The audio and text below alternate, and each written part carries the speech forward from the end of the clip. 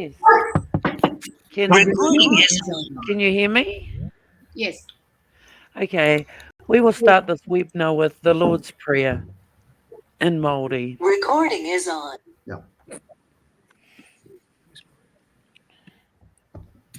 E tō mātou mātua I te rangi, kia tapu tu ingoa, kia tai mai tau rangatiratanga, kia mitia tau e pai ai ki runga ki te whenua, kia rite anō ki tō te rangi, ho mai kia mātou aia nei he taro mō mātou mō tīnei rā.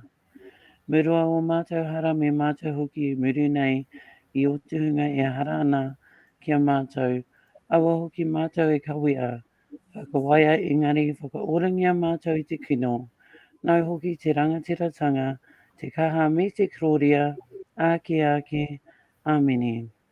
Thank you. Thank you again. Always thank you. Amen. Thank you. Ladies and gentlemen, kia ora, and welcome to the FC webinar on global communication, threats and challenges. Global communication technology has provided us with amazing benefits. Innovations in AI, more advanced mobile network, and advanced digital technology that includes Internet of Things, blockchain, fintechs have enabled us to facilitate digital global dialogue and cooperation, free flow of trade, data, knowledge, and of course, capital. China introduced the Digital Silk Road, or DSR, and has invested in connecting the world. Chinese fiber optic cable, for instance, extend from Pakistan, China, Ethiopia, Djibouti borders, and extends to Europe. Hengtong Group is one of the major suppliers of submarine cable, which of course carries more than 90% of international data. Chinese global navigation satellite system also provide worldwide coverage and is in competition with the US-owned GPS. So if China becomes the world communication network operator and wins the AI race, what does that mean to the US and allies? And what is the strategic rationale behind the DSR? In this webinar, we have two amazing speakers, and of course, our excellent facilitator, Sergeant Major Anthony Spadera. Thank you.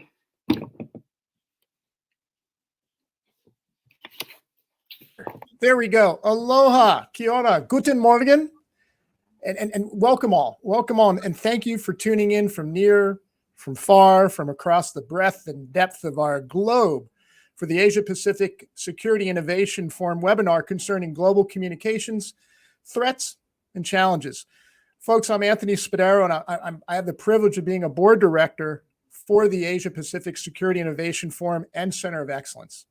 And tonight I'm joined by my esteemed colleagues from APSI. Of course, you just heard from our phenomenal director, our founder, our patron, Dr. Anita Abbott. So kia ora, Anita, good seeing you. I know you're somewhere within that beautiful land of New Zealand that we're going to get to visit you soon, but thank you again for pushing and allowing this to happen, Anita.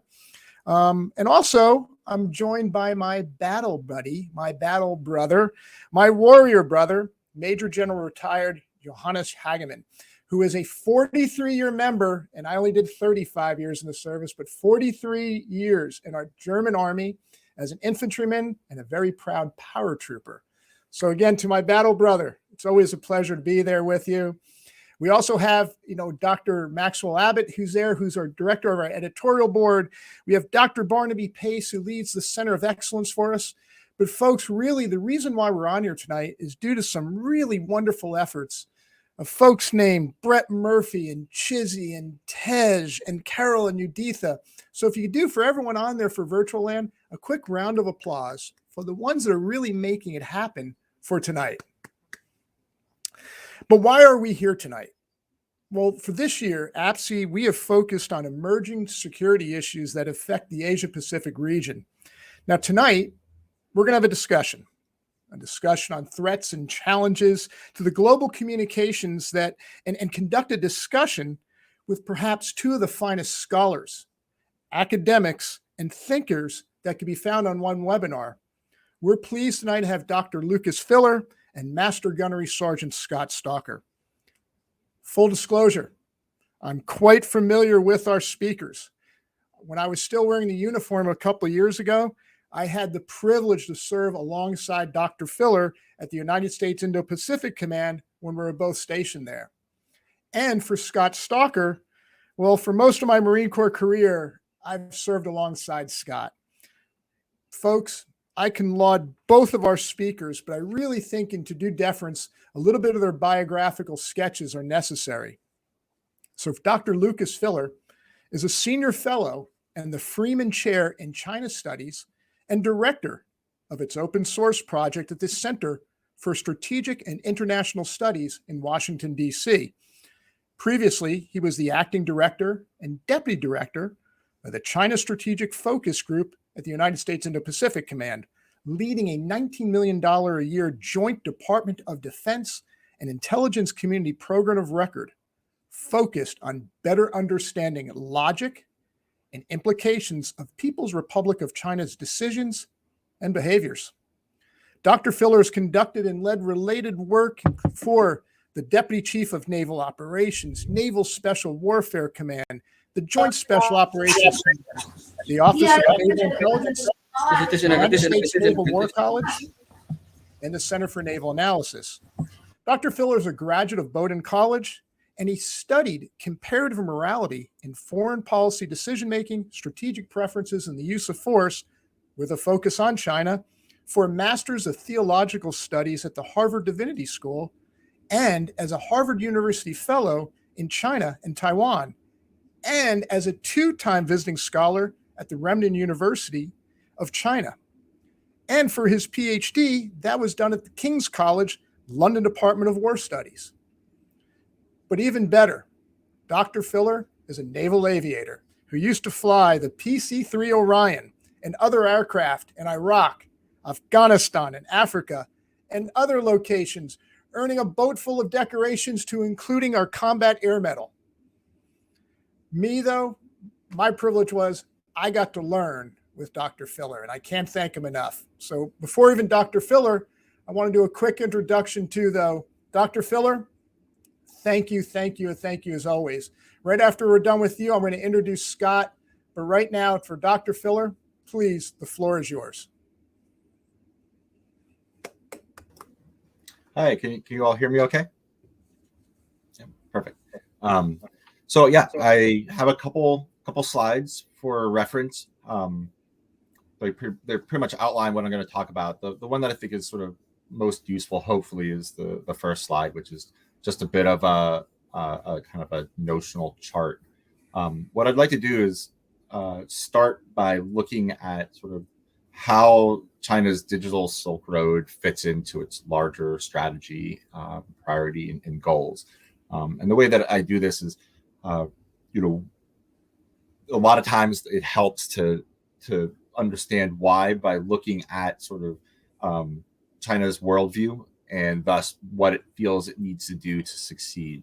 The chart that you'll see on the next slide, please, is a very sort of basic representation that I've come up with, and it's still a work in progress. It's really hard, obviously, to distill something, a whole country of 1.4 billion people and their decision making, especially in terms of sort of politics and policies, into anything that's simple. So this obviously is not comprehensive. But what I'm trying to sort of outline here is that there's a certain degree of logic and consistency in how China thinks about its strategic priorities, but there is also, to some extent, a little bit of tension there. So to just really quickly sort of outline what we're looking at here, and then I'll go through it more in detail over a course of about 4 slides, is that ultimately what the general consensus of the China watching community outside of China feels is China's sort of ultimate goal right now is achieving the China dream, which is loosely defined as national rejuvenation. It used to be common consensus that the highest priority for the CCP was preservation of the CCP. And I think in the past that was true, but under Xi Jinping, there is a sense that he has loftier goals for a number of different reasons. What's important and somewhat nuanced is that the preservation of the CCP as the government of China is still a top priority. But whereas before it was considered the top priority, now it's considered a top priority because it is essential in order for the country to achieve national rejuvenation. As China thinks about what it needs to do in order to achieve or at least pursue national rejuvenation, we can break this down into two different kinds of considerations. And that's internal domestic priorities and external or international or foreign affair priorities. To break it down just a little further, in terms of internal priorities, there's a long-standing tradition within the CCP that two of the essential elements for the development of the country to raise its people out of poverty, to modernize, and to resume its rightful place at the top of at least the regional hierarchy is it needs domestic stability, and the CCP needs to protect its legitimacy. On the other hand, when it looks at what it needs, because as a rising power, its national power is a important consideration, but it's not the only consideration, because a country can be much more powerful than its reputation, but if it's not acknowledged by others, if its power isn't commensurate with influence, then it really has not reassumed its rightful place. And this is especially true given China's history with especially Confucian culture, the idea of the mandate of heaven, the idea that China has been the center of the global culture and innovation for many centuries, and it needs to get back to that. And so in order to achieve rejuvenation, it needs both it needs the economic and the comprehensive national power, which is a term that the Chinese use. There's still a fair amount of debate about how it's measured. There's a good number of open source discussions about this, but the important thing to keep in mind is that comprehensive national power, economics is incredibly important, but it's not the only measure. Whereas for someone like a political realist, absolute power or national power in terms of resources is the end all and be all of state security.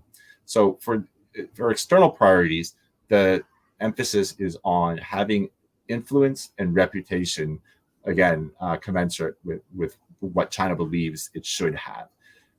Ultimately, what fuels all of this is economic development. However, there are times where internal priorities and external priorities might not be consistent. And in those instances, if you see in the bottom, it's attempted to depict a seesaw with core interests. And what that means is that if we often look at sort of Chinese decision making, there may be times where its behavior does not seem to be the smartest in terms of winning friends within the international community, as reassuring people that it will indeed have a peaceful rise. And that can loosely be correlated to core interests. There are times where if the CCP feels its core interests are substantially threatened for several different reasons, to include its priorities, but also because it is somewhat constrained, just as every country is, by prioritizing its domestic audience support over an international audience. And so there are times where pursuing core interests, we will see China be less than diplomatic to its external partners and other countries. However, the reason generally is likely because its domestic considerations make these issues so sensitive that it can't be seen by its own population as looking weak. So next slide, please. So to move a little bit quicker, what I want to do is just outline two sort of competing views of how we interpret sort of China's intentions and goals, right? So if we look at China's actions, it can oftentimes be plausibly explained by a range of options of varying degrees of sort of provocativeness and aggression. And so one of the examples I use, for example, is that China has built an aircraft carrier and a couple of aircraft carriers now. That in itself should not be alarming. Aircraft carriers can be used for many different reasons. So it's really what China intends to do with that carrier. And the best way to discern that is by looking for patterns within how it uses and talks about that, establishing from this some hypothesis about its preferences. And then as time goes on, comparing China's further behavior to what we'd expect from those preferences.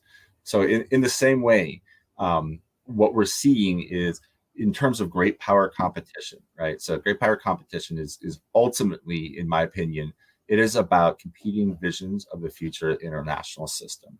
We have the post-World War II liberal democratic system, which generally the US with allies and partners has led and tried to encourage others to comply with those expectations, norms, institutions, and values. China, on the other hand, has created any alternative vision of the international system, which they call generally the community of common destiny for mankind. So the common sort of point of departure for both of them is that both look at the systems that they're proposing and argue that they're unfair. China is pointing to the US-led system and an inequity of how countries have developed within the last 70 years of that system, and saying to many countries that the US-led liberal democratic system may not have benefited those countries, especially economically, as much as it has the larger countries. It's essentially saying that the larger, powerful countries are writing and revising the laws and standards and norms of the international system to make sure that it protects the advantage of those larger countries, those more developed countries, to maintain the status quo. And China is in particular targeting those countries in the world who have not necessarily benefited as much, and saying to them, you've given the US Western liberal democratic system a go, and it hasn't really worked out as well for you as it has for the powerful countries that are writing the rules. We're used to that. We've been a victim of this kind of power manipulation, and so we understand, and we propose a different model that will be more fair.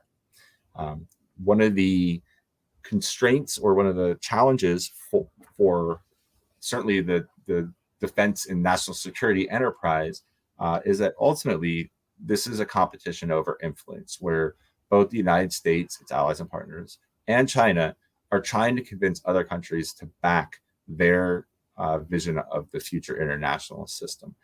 And because China is generally doing this through economic incentives, it's challenging for national security organizations such as the militaries to find places where its offer, which is usually security guarantee, to find places where it can offer a security guarantee that is an effective competition for economics.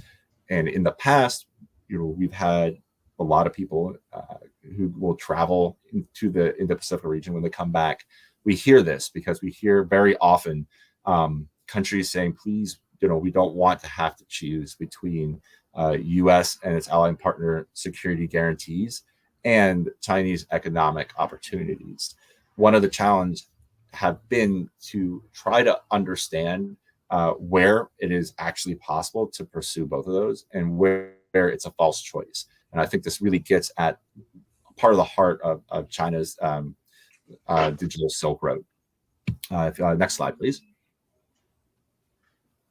So the next two slides, I'm going to talk very briefly about sort of how the West stereotypically views China, and then how China views the West, and why there are some really important similarities which we should be considering as we think about how to address China's sort of rise, and it's changing policies as a result of that.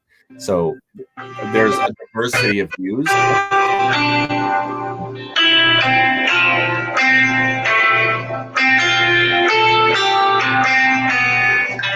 If someone's phone might be ringing.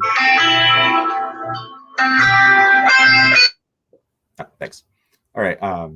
So this is a broad generalization, but so one sort of model of thinking about the China threat that's at least fairly common with people that I've interacted with over the last couple of years is that the China, their number one state interest is simply survival. After they feel that they no longer will be subject to the humiliation of colonialism and imperialism, the second priority is resuming their rightful place at the top of the hierarchy. There's debate whether that should be the regional hierarchy or whether it should be a global hierarchy. This, of course, is a promise that the CCP and Xi Jinping have made, and there's concern that because this is directly tied, the ability to achieve rejuvenation is directly tied to CCP performance and Xi Jinping's legitimacy and legacy. There may be increasing willingness to use more aggressive measures to achieve these, as both expectations about the CCP are raised as time goes on, and there may be some impatience to see some progress, as well as Xi himself, even if he manages to extend another term or two, still may feel pressure to make some remarkable progress in order to truly leave his mark on Chinese history.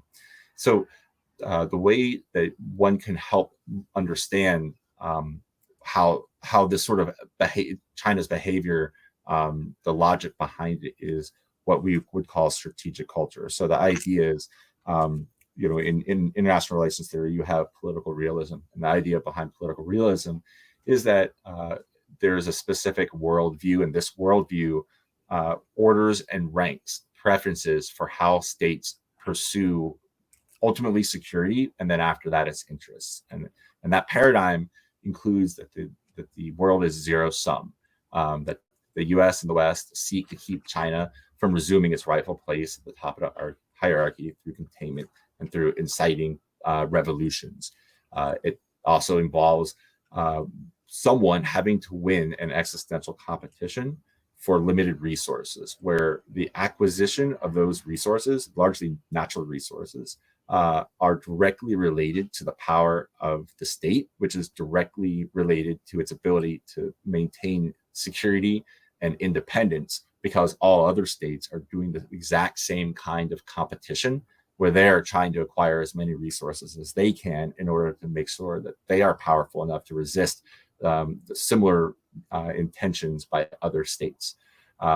Now, what makes this slightly different with the strategic culture is that the political realist perspective comes about as universal, in that there are people in the United States and New Zealand, everywhere, who believe that the world works like this. It is a zero-sum dog-eat-dog competition where acquisition of limited resources are necessary in order to have state survival. What is slightly different is that there's a general sense that for China, its history, its culture, its philosophies, and its values have further reinforced a political realist view. That is to say that China for thousands of years has been beset on all sides by constant threats seeking to destroy, dominate, or at least throw it into chaos. What this means is that a country that, like any other country, already has many people viewing the world as a highly dangerous, competitive place. This has only been further reinforced, such that China has generally a hyper oversensitivity to any kind of threat. The slightest threat, the slightest potential disruption to domestic stability has huge consequences, and thus deserves a very strong, maybe disproportionately strong response for what we might see in the United States, where because of sort of geographic and geologic good fortune, we have not been beset on all sides for the majority of our national history. Next slide, please. So conversely, China looks at the United States and says, that the US and the West essentially are doing the exact same thing as what China's doing. The United States sees the world as a inherently dangerous, violent place, and is trying to establish at least, again, regional hegemony, if not broader, in order to help it acquire and control the resources necessary to keep its power. China can certainly point to plenty of historical behavior from the United States that in some ways could support that, and it may not, but it is certainly open to interpretation enough. And every country has had moments where it does not behave according to its values, and those lapses are certainly used as well to make the point that the U.S. in essence is no better than China. What the United States is better at is in the Chinese view is the United States is better at sort of selling and justifying naked self-interest using sort of higher ideals and values, basically talking about how the liberal democratic system makes it sound like what the U.S. is doing is for the good of everybody, but is actually just a thinly veiled excuse to justify its continued dominance along with its select close friends. There are certainly other people across the world that view the United States in that way, and so whether or not we all agree with that is the true motive of the United States and allies and partners, we have to at least accept the fact that there are a good number of people who see it that way, including political realists within the United States. There are certainly plenty of people I've talked to in the United States in these kinds of conversations who have argued for U.S. military action and other U.S. sort of international policies based on self-interest for these exact same reasons. And so you may or may not agree with this sort of characterization of how the world works, but there are certainly plenty of people who do.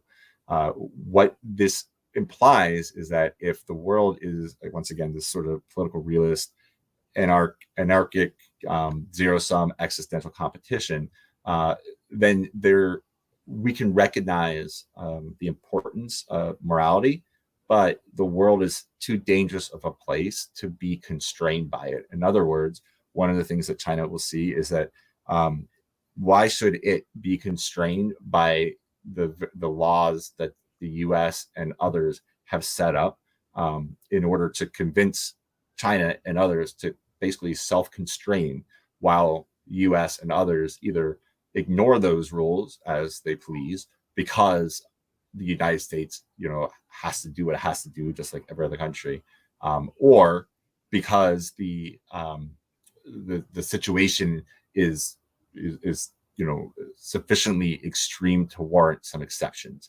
Again, I'm not saying that this is how we explain U.S. behavior, but this is a common perspective and interpretation from the Chinese point of view.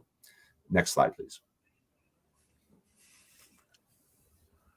So this should be the last slide. And what I want to point out about this is that the Chinese approach is in many ways very similar to the way the Chinese see the US and others. We're all playing the same game.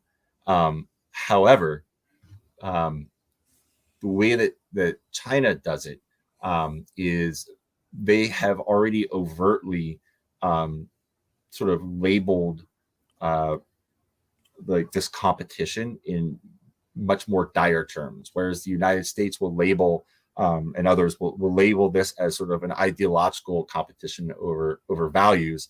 The Chinese perspective is they're calling this competition warfare, right? And the reason for that is they don't necessarily draw a line of war where the use of force happens. So to them, to China, they are already at war. It's already at war, and it's at war in terms of public opinion, psychological considerations and views about all these issues, and also trying to manipulate the legal system to its advantage. What I want to emphasize from this too is that from the Chinese perspective, generally speaking, China, many people in China believe that the US not only is engaging in these same sort of three warfares of public opinion, psychological, and legal, but the United States and its allies and partners are actually doing a much better job than China. And proof of that includes that the United States and its allies and partners essentially have written the rules of the international system, have created the international institutions that enforce them, and continue to work together to pursue those values. So I think that sort of finishes with my overview. I'll just make a few quick remarks now on the digital Silk Road. So I know that you all are sort of fairly familiar with the digital Silk Road. So I wanted to point out a couple aspects of it that I think are particularly insightful.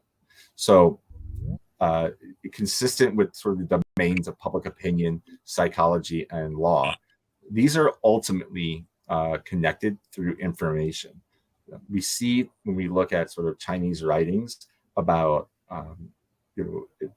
politics, international relations, security, even military doctrine, we see a constant theme of information being a key player in all of these. China has watched very carefully its major competitors, and so that means, and since the fall of the Cold War, China was alerted to the fact that it became the only remaining substantial communist country. It generally viewed the fall of the Soviet Union as evidence that the Soviets were not good enough at communism, socialism, and so China needed to redouble its efforts. It watched the United States fight battles in the original Gulf War, in Bosnia, Kosovo, and then in Iraq and Afghanistan in the early 2000s.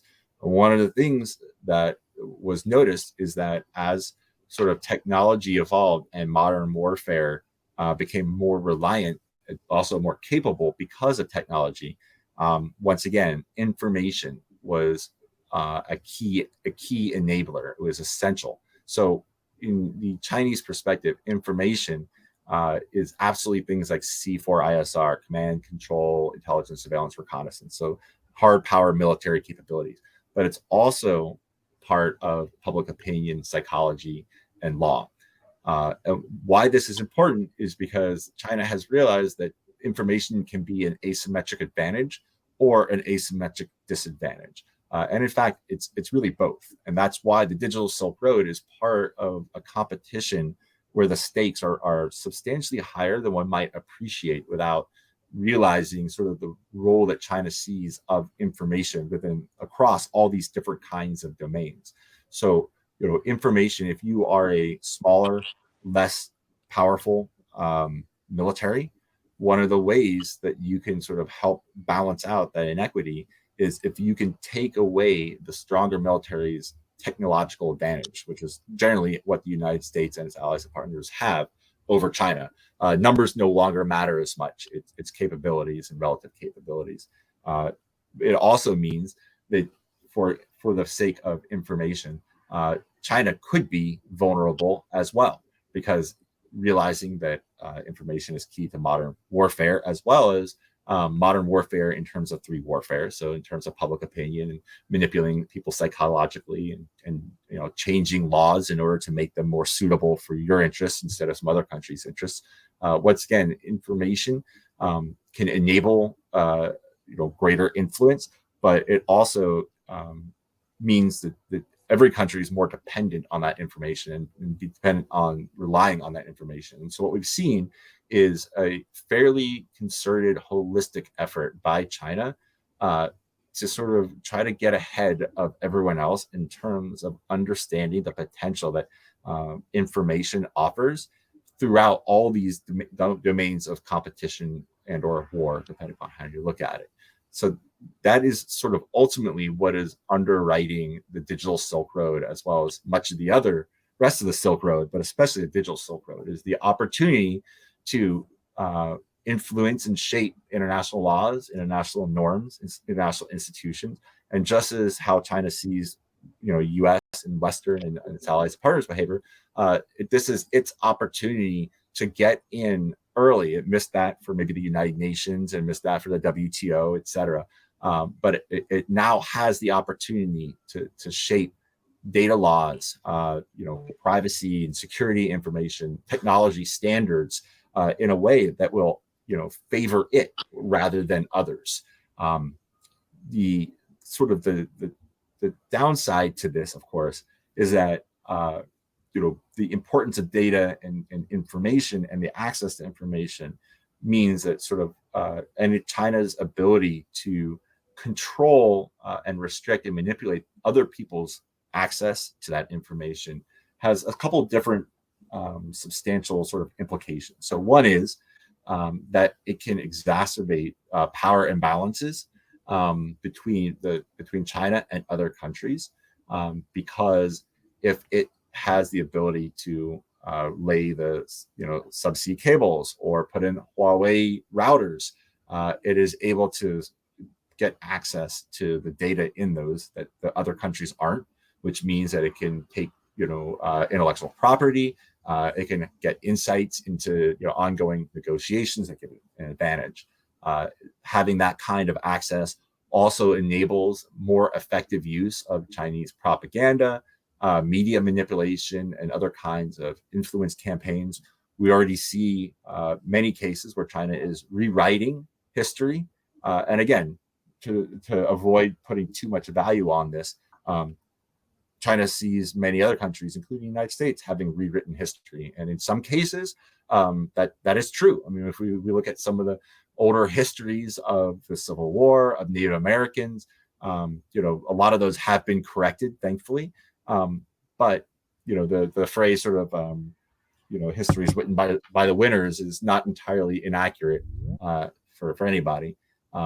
So it also, of course, having sort of control of data and information further enables China's ability to oppress and to erode sort of democratic values. And more importantly, it provides technologies and capabilities that can help other countries, with authoritarian regimes, do the same.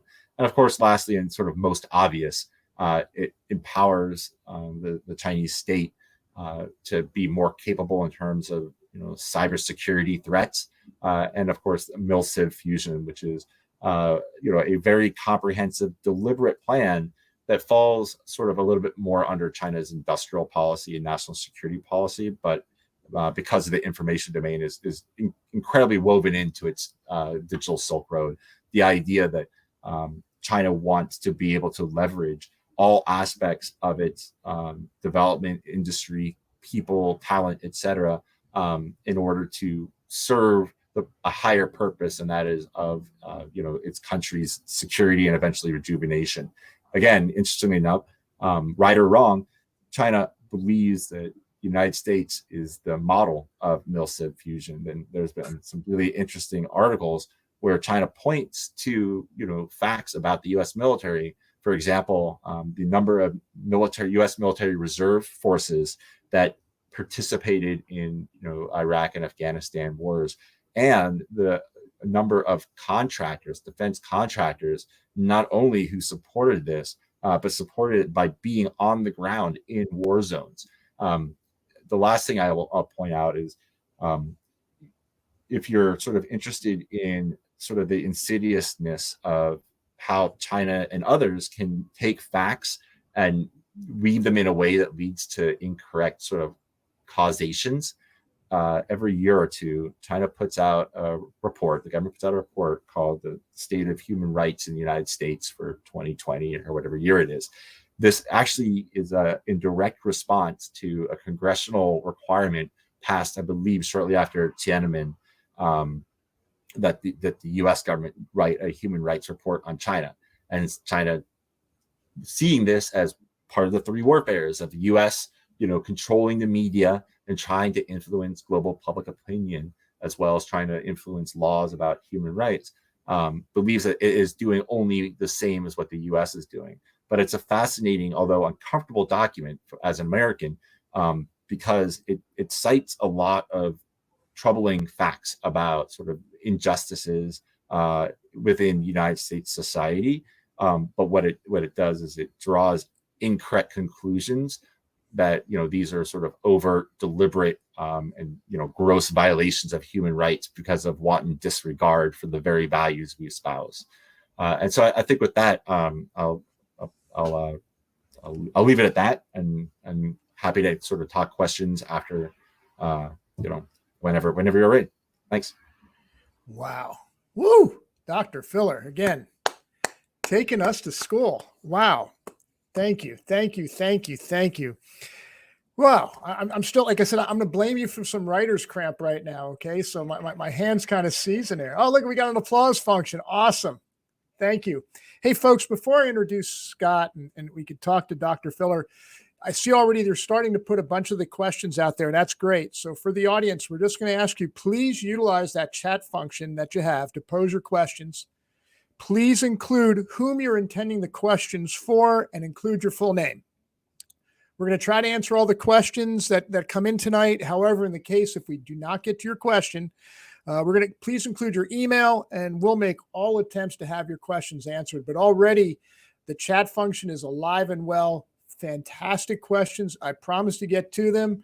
But before I get to them, I got to introduce, Master Gun Scott Stalker. Just someone I just cherish. And Scott became the command senior enlisted leader, the first one for the first standing up at the United States Space Command. Yes, the great frontier of space has been broached by us now, breached. So we got Scott as the first command senior enlisted leader. But previous to that, Scott was the command senior enlisted leader at the National Security Agency. He was also at the Defense Intelligence Agency. He was at the United States Cyber Command. So if you want to talk to someone that's been on the pulse of what's been going on for the last, 5 years or so, you got to only look to Scott Stalker. I like to say Scott has literally served in every clime and place that you want our finest leaders to lead our men and women, both in peacetime and in combat. Scott is deployed all over the place, to include Operation Restore Hope in Somalia, deny flight for Bosnia-Herzegovina. Dr. Filler might have been there or you were there. He's also done at least 5 combat tours in support of Operation Iraqi Freedom. When he's not getting deployed to fight in wars, Scott has found time to serve at our Joint Intelligence Center, at the Marine Corps Intelligence Activity, with Marine Corps Special Operations Command, with the Cyberspace Command, and also at our Joint Chiefs of Staff with the J2 Division. He has literally done all the schools that we're going to require anyone in our Department of Defense to attend. But really, I think the highlight is Scott right now has earned his bachelor's in intelligence analysis and an MS in cybersecurity, but also he's completed a graduate certificate in leadership from the Harvard Kennedy School of Government. And right now, when he's trying to find the time, because I know he's raising 2 little girls, he's also pursuing his MA in military history. So I don't know when Scott sleeps. Really, no one in the DOD knows when Scott sleeps. He finds sometimes to sleep, but literally, Scott sits on my personal pantheon of the best that I've served for and alongside. So ladies and gentlemen, none other than Master Gunnery Sergeant Scott Stalker. Scott, over to you, brother. Hey, thank you, Anthony. Good to see you, brother. And, as you were reading that, I had to look over my shoulder to make sure you were talking about me. I'd like to thank APSI for this opportunity, the forum, this opportunity to speak today. Dr. Abbott, thank you very much, ma'am. And obviously my good friend, Anthony Spadaro, the moderator here. It is an honor to join Dr. Filler. As I was reading his bio, and I've never met him before, at least I don't believe I have, I really questioned whether or not I belonged on the same panel with him. So everything he said, I absolutely agree with. What I'm going to try to do today is tie in a lot of my conversation into what he had to say, complement it, and then leave time for questions. But I'd be remiss if I didn't say a few things first. First is my love for New Zealand. My wife and I took a vacation there just prior to COVID. We loved it. And I got this beautiful Maori warrior necklace that was given to me by the New Zealand Armed Forces, which represents the air, land, and sea, which is perfect for a Marine. And I'd also like to thank you for the beautiful Maori prayer as we began tonight or today, whatever time zone you're in. So thank you for that. Very much appreciate it. The first slide that I have here is really telling, because as Dr. Filler talked about, there's a lot of blockage of the internet. There's a lot of censorship that happens here. And so what you're looking at right here on this slide is Tiananmen Square. And I actually had to double check my math because it didn't seem like it was this long ago. But the massacre in Tiananmen Square has already been over 32 years ago. And as you try to go through the death toll, I don't think anyone can get us an accurate number. The Chinese Communist Party has certainly thrown doubt on those numbers. So anywhere from 300 to 10,000 people that were killed on the high end, which is hard to believe in that massacre, happened that day. But if you lived in China, in Beijing today, and you were to try to look up this event, or you were to try to read a book about it, or find a movie or something on television, you would be unable to do so. That has been wiped from history in China. And I saw a 60 Minutes episode several years ago as they asked folks in China about this, and they either didn't know about it or they didn't believe it happened. It's very much in line with one of my favorite books from George Orwell, 1984, where history is just being rewritten. And so that's the case here on my first slide. Please go to the next slide. So what I thought I would do is really tell the story as Xi Jinping was telling the story, and using his own words, because I think as you look at his own words and then the actions of both the Chinese Communist Party as a result of his direction and orders, you can kind of paint a picture of what the future may look like under Chinese rule, or just as China continues to grow out their capability and capacity. The first thing I'd like to do, though, is really talk about Xi Jinping, who has an interesting story as he comes into being born in 1953, which, as you know, is just after the founder of the Republic of China, Mao Zedong, who was born in 1949. And just prior to that, they came out of the century of disgrace from 1840 to 1940 via the Opium Wars. He also has some challenges he went through as a young man. His sister, one of his sisters, took her life and committed suicide. His mother was forced to publicly denounce his father as he was paraded before a crowd of the enemy of the revolution. And his father was later thrown into prison in 1968 when Xi was aged 15 years old. Without the protection of his father, I found this fascinating. I didn't realize this until recently. Xi Jinping had to work in a concentration camp. And so he had all of that turmoil and all of those challenges going on in his life as he really built up a resentment of those who put him into the concentration camp, and later those who jailed his father. He ended up reuniting with his father, which, depending on your perspective, is a good news story, in 1972. And then in 1973, after he applied over 10 times, he was finally accepted into the Chinese Communist Party. And as we know, he's been the president of China since 2013. And so I found that was fascinating and kind of frames the perspective of Xi Jinping as he talks about what he wants to do and then what he has done. And so I'll start in the upper left here, where he talks about relevant construction. If you recall, in 2015, China was making or reinforcing and building some of these man-made islands that were out there, and they reinforced them. And Xi Jinping made the comment that they were not going to militarize them. And in the slide after this, I'll show you what actually took place. He talks about islands in the South China Sea have been China's territory since the ancient times, kind of setting the conditions for future actions to say, we're not taking anything, this has always been ours. And then talking about how China will always remain the builder of world peace, putting them on the pedestal either with the United States or taking taking that pedestal from the United States. But I think what was key is at the bottom here. We cannot lose even 1 inch of the territory left behind by our ancestors. What is other people's, we do not want it all. So saying for us, whether he didn't specifically call out Taiwan here, but really making sure that the international community realizes what he's talking about. And in July of 2021, Xi did say that China would smash any attempts at Taiwanese independence. Pretty clear and clean language. Slide, please.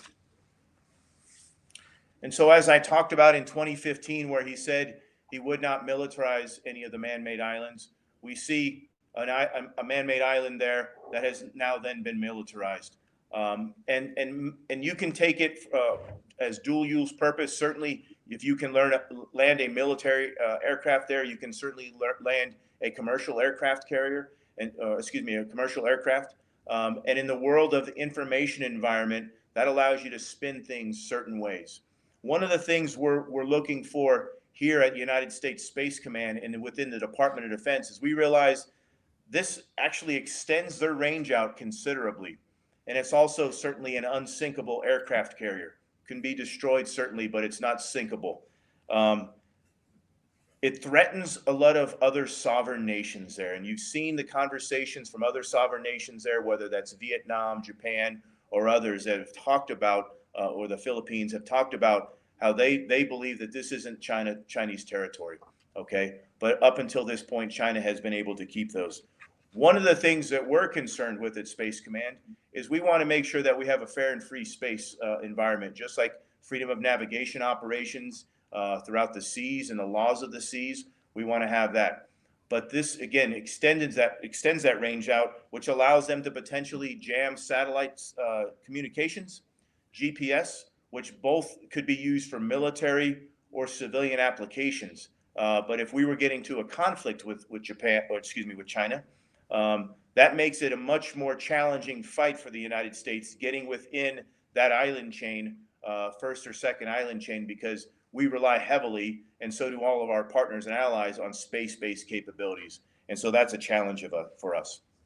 You can see how China has acquired a 99-year lease on the Sri Lanka port. Thanks to Anthony Spadaro many years ago, I got the opportunity to go to Sri Lanka and meet with some of their leadership there.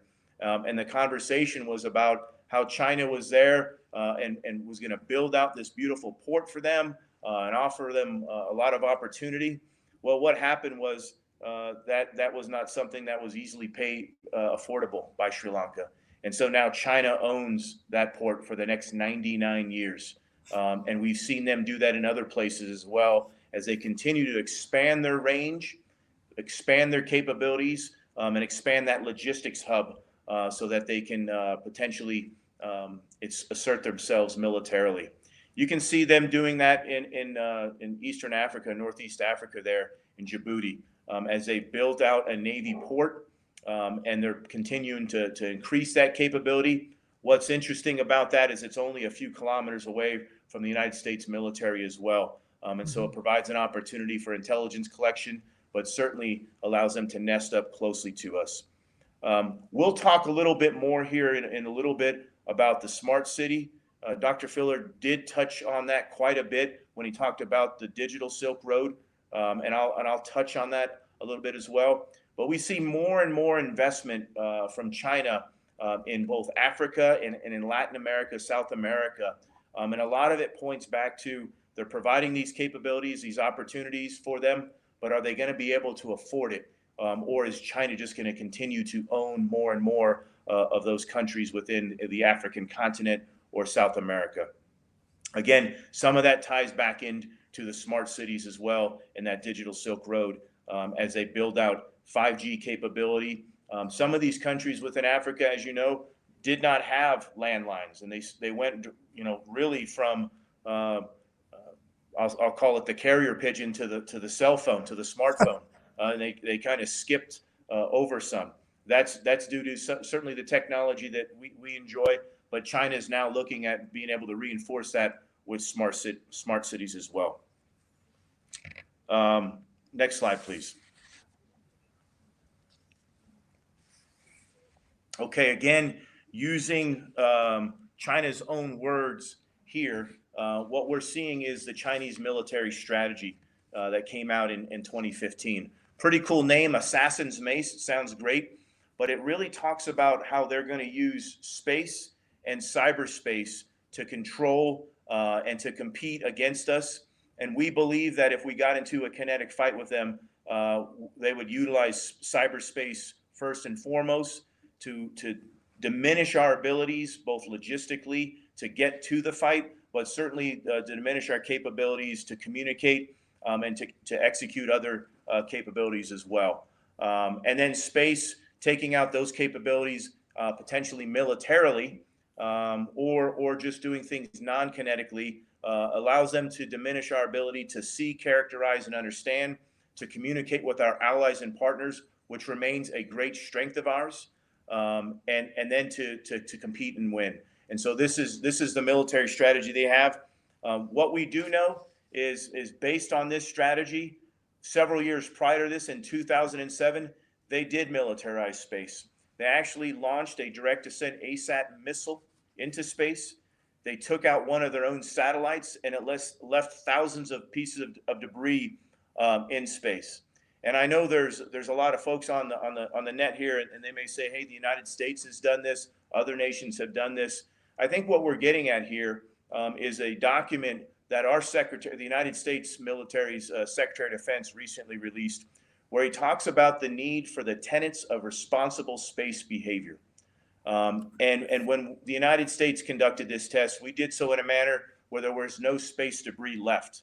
The challenge here is that China did leave thousands of space debris. And if you know much about space, you realize that it's orbiting at about a speed of 17,000 miles an hour, where a single chip of paint could shatter glass. We have astronauts in space. We have capabilities in space. Certainly the global economy relies on space-based capabilities, whether it's GPS, it's the ability to use our smartphones or communicate as we're doing right now from Colorado Springs all the way out to New Zealand.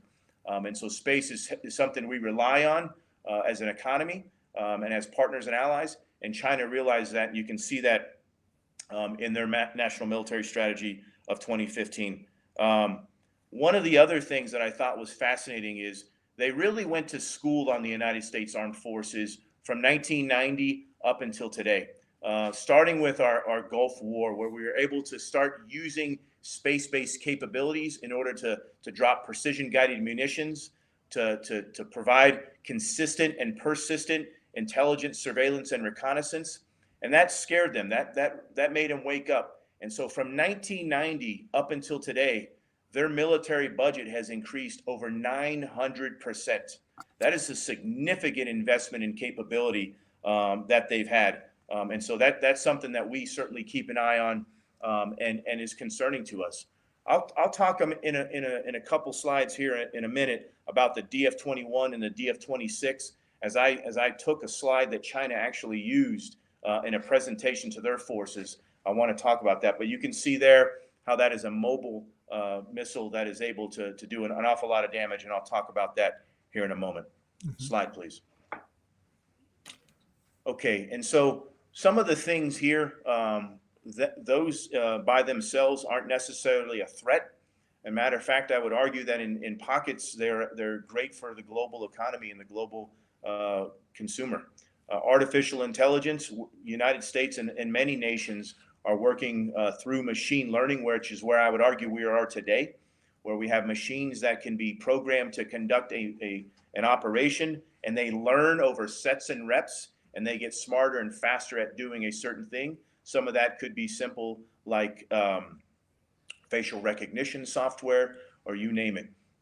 Where China is pursuing this, and oddly enough, is that the moment that they kind of went international and said, we don't want to allow autonomous weapon systems, that same day they announced the creation of their own autonomous drones.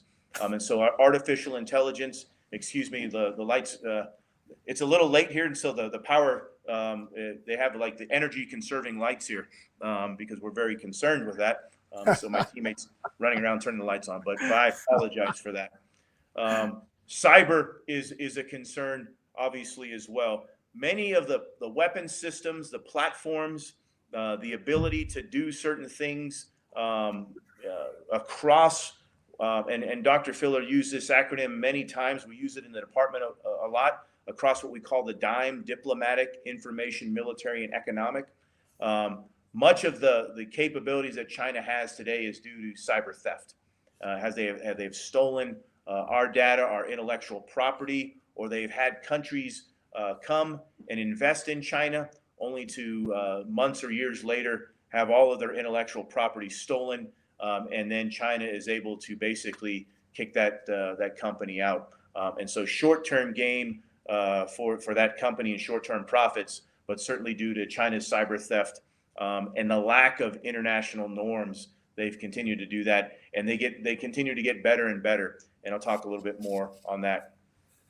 Information warfare, and this is something that, again, Dr. Filler really touched on here. You know, I don't know about you, but I don't like having more than 4 or 5 people in the same room as me. So just looking at that photo, I get claustrophobic.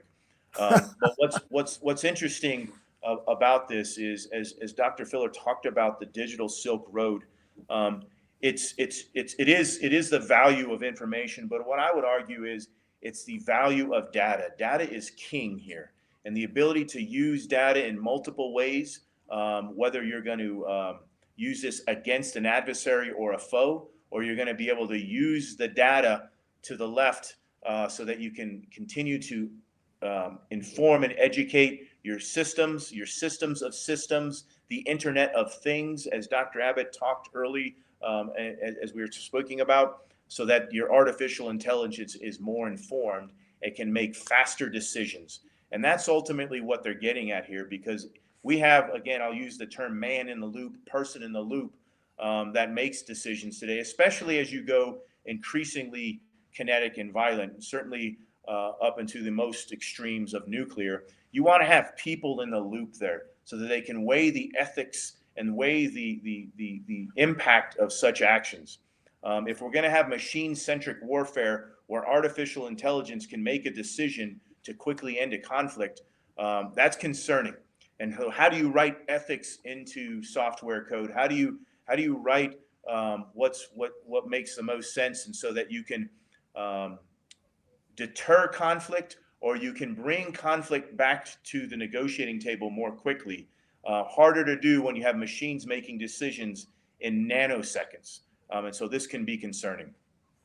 The conversation on the bottom left here on quantum, again, taken by itself, this is a great thing for humanity. This is something that we all want to have, is quantum computing, so that decisions can get made here faster, and it fits into the artificial intelligence area.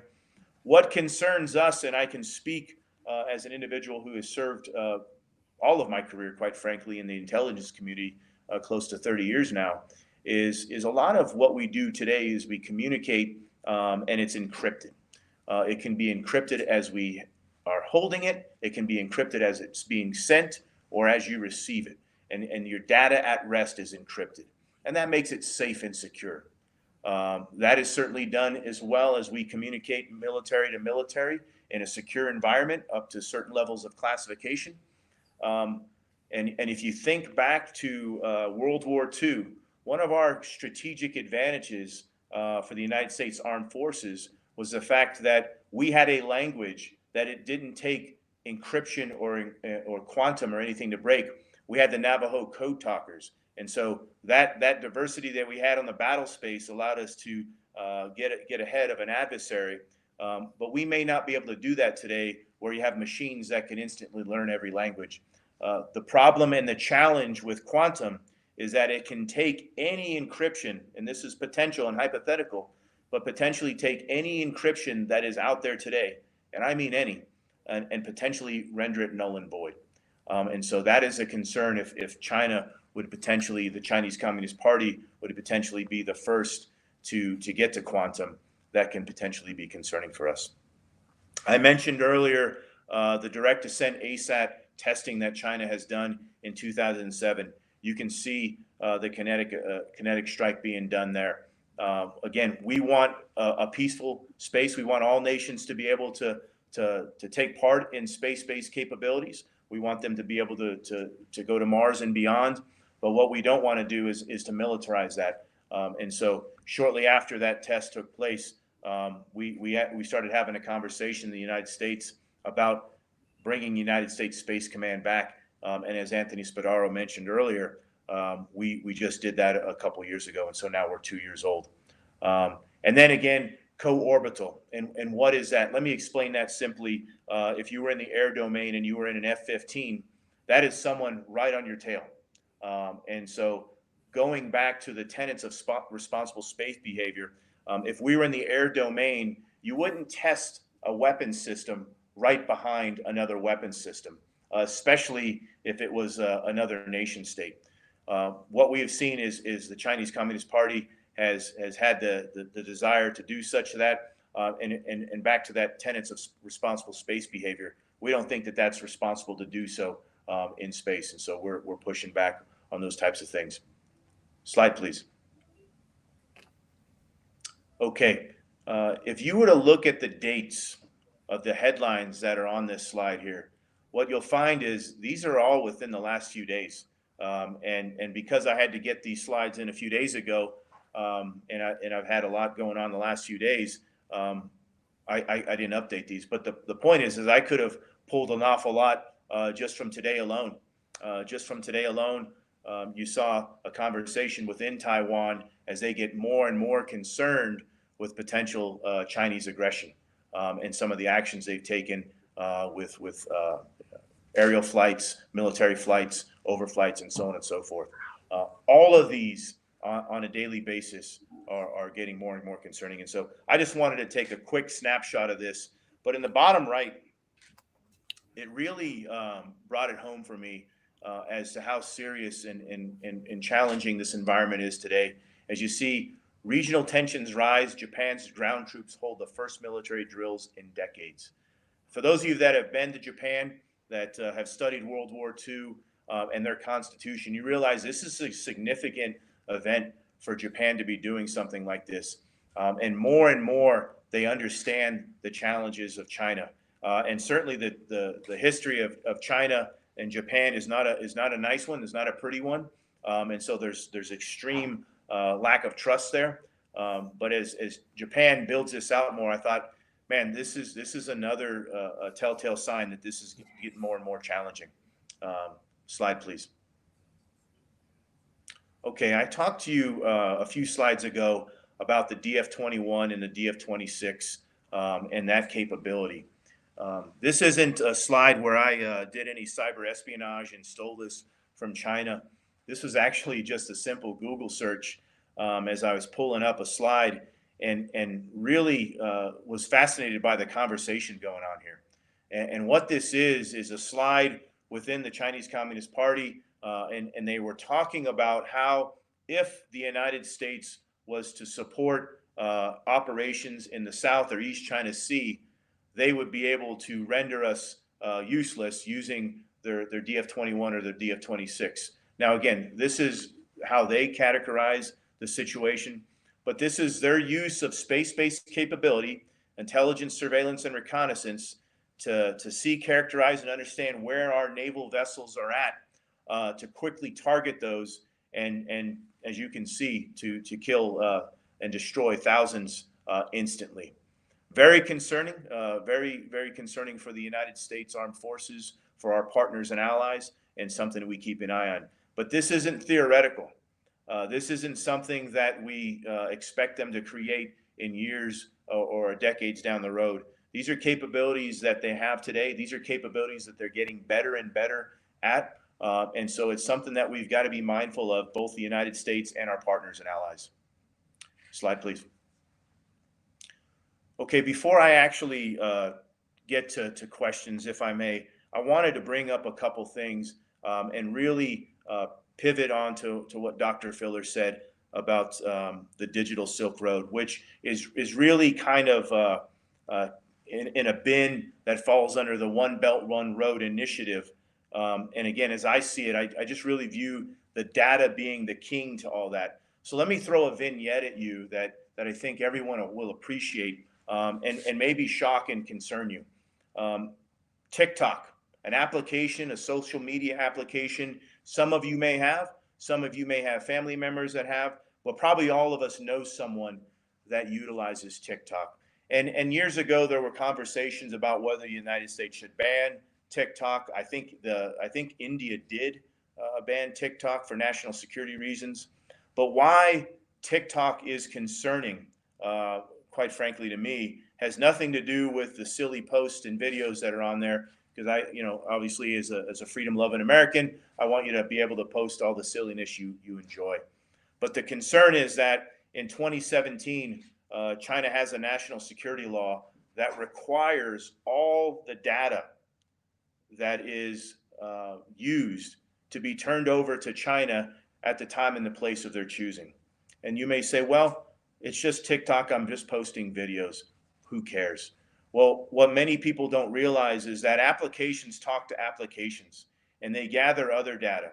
You may have an application that is linked to your email or your calendar or your photo albums or any banking data, you name it. And so all of that private data, at the time and place that China chooses to, they can take that data. They'll certainly deny that, but it's written in their law that any of these companies have to turn that over.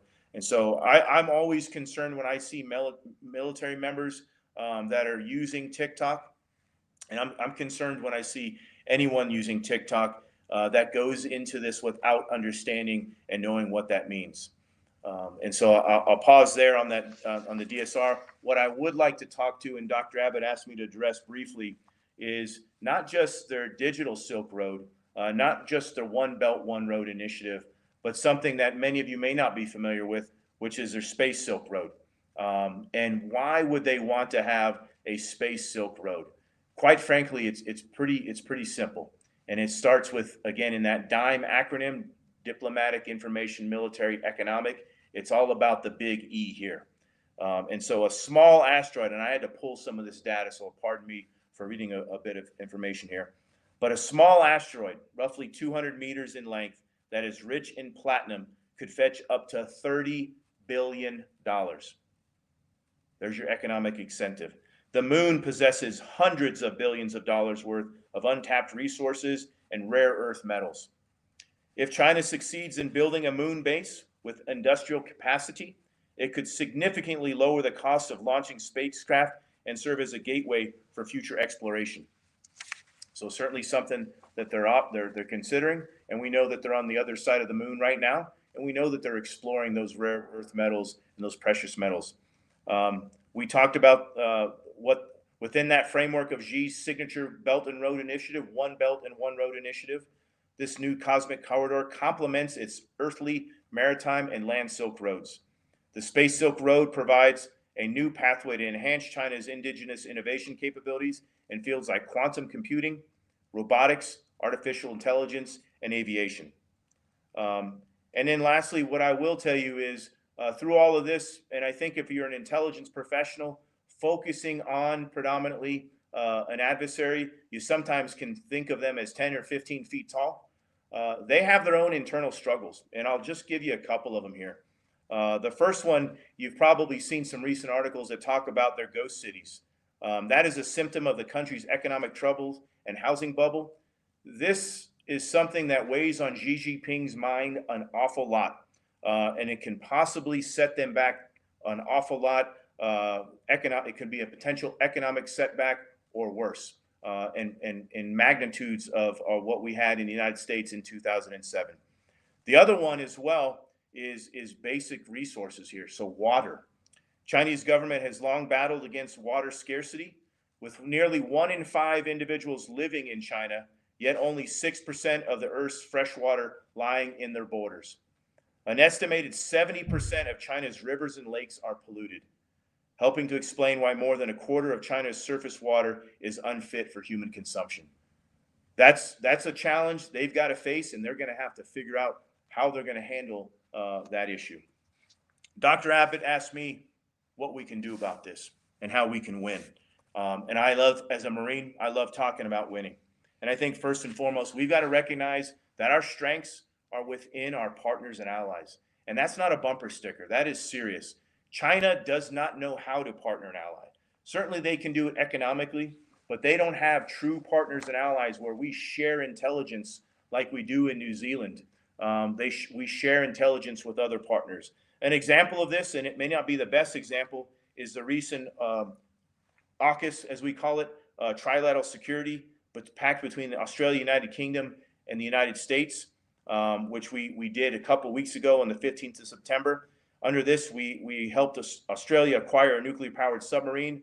But in addition to that, it is cooperation on cyber capabilities, artificial intelligence, machine learning, quantum technologies, and additional undersea capabilities that Dr. Filler talked about. There's other things that I think we've got to do to win, and it can't be just that simplistic. If you remember in the 80s, we knew that the USSR was our enemy. To make it sound really simple, who the good guys and the bad guys were. How does society today view China? Is it an economic opportunity? Is it along the scales of the USSR? We have an opportunity and probably a mandate to make sure we educate and inform our populace so that they understand that.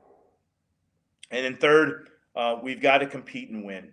We can't just cede ground to China. We can't just say they've already beat us here. We're the dreamers, we're the innovators, and we've got to continue to do so. That's across the dime, the acronym that we've mentioned many times. And it can't be led predominantly by American military or the military in general. But when we do have the military involved and engaged, we've got to be lethal, ready, and focused. And that's for all of our partners and allies. And so with that, I will say, kia ora, thank you. I apologize if I butchered that. I've never said that very well. Again, love everything you guys do. If I could recommend a couple books before I turn it over for Q&A, I would offer the book Young China.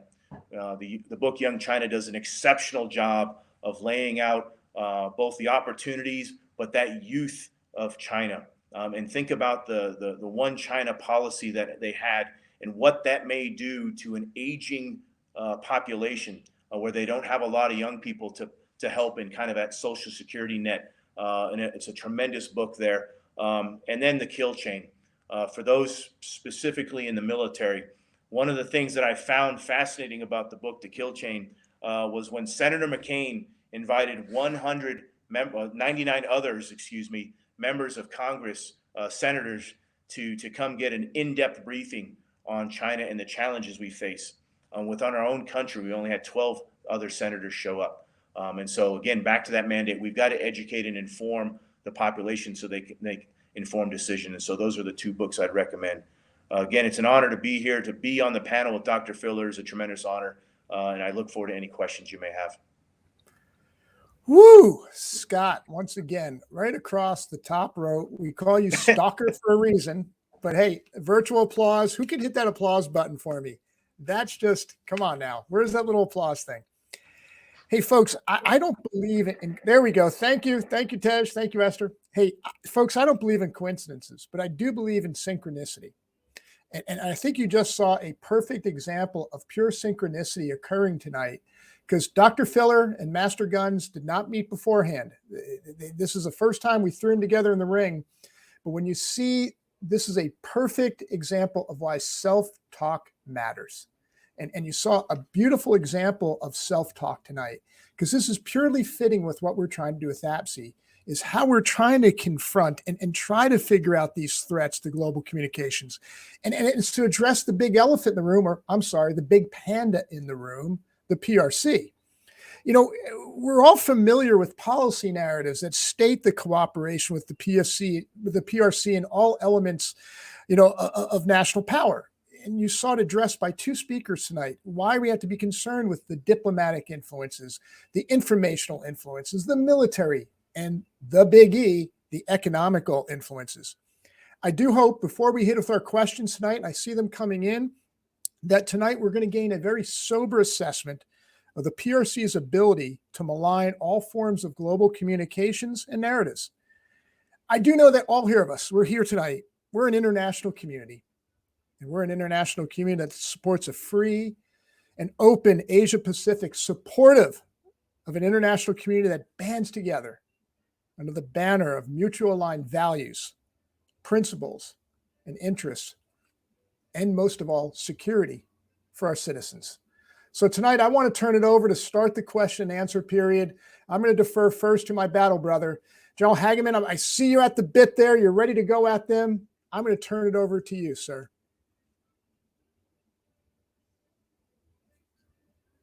You're on mute, sir. I can't believe we muted you. It's impossible. Yep, here we are. Here we are. Thank you for reminding me. Sergeant Major, thank you for that. And gentlemen, Dr. Lukas Schiller and Master Gunnery Sergeant Scott Stalker, that was fascinating to listen to you both. And I must admit, I was torn in between. I was torn into your lectures, and this was really for me an outstanding event. It is still because we are desperately waiting for your answers concerning the question. Just one remark, which should hopefully illustrate what you have already said. We are in an insane mixture today. You pointed out that during the Cold War, it was quite clear who are friends, who are foes. We had a certain threat, we had challenges, and we understood the world. Today, it's completely different. It's very complicated. It's complex. And this insane mixture of financial dependencies, of economic greed on our side, appeasement policy, gray zone vulnerabilities, and blackmailing from the PRC gives us a certain situation of instability, uncertainty, and complexity, which is difficult to handle. And it is almost impossible to find balance between all these various dimensions. It is a delicate context. I just 2 or 3 examples to illustrate what we are talking about.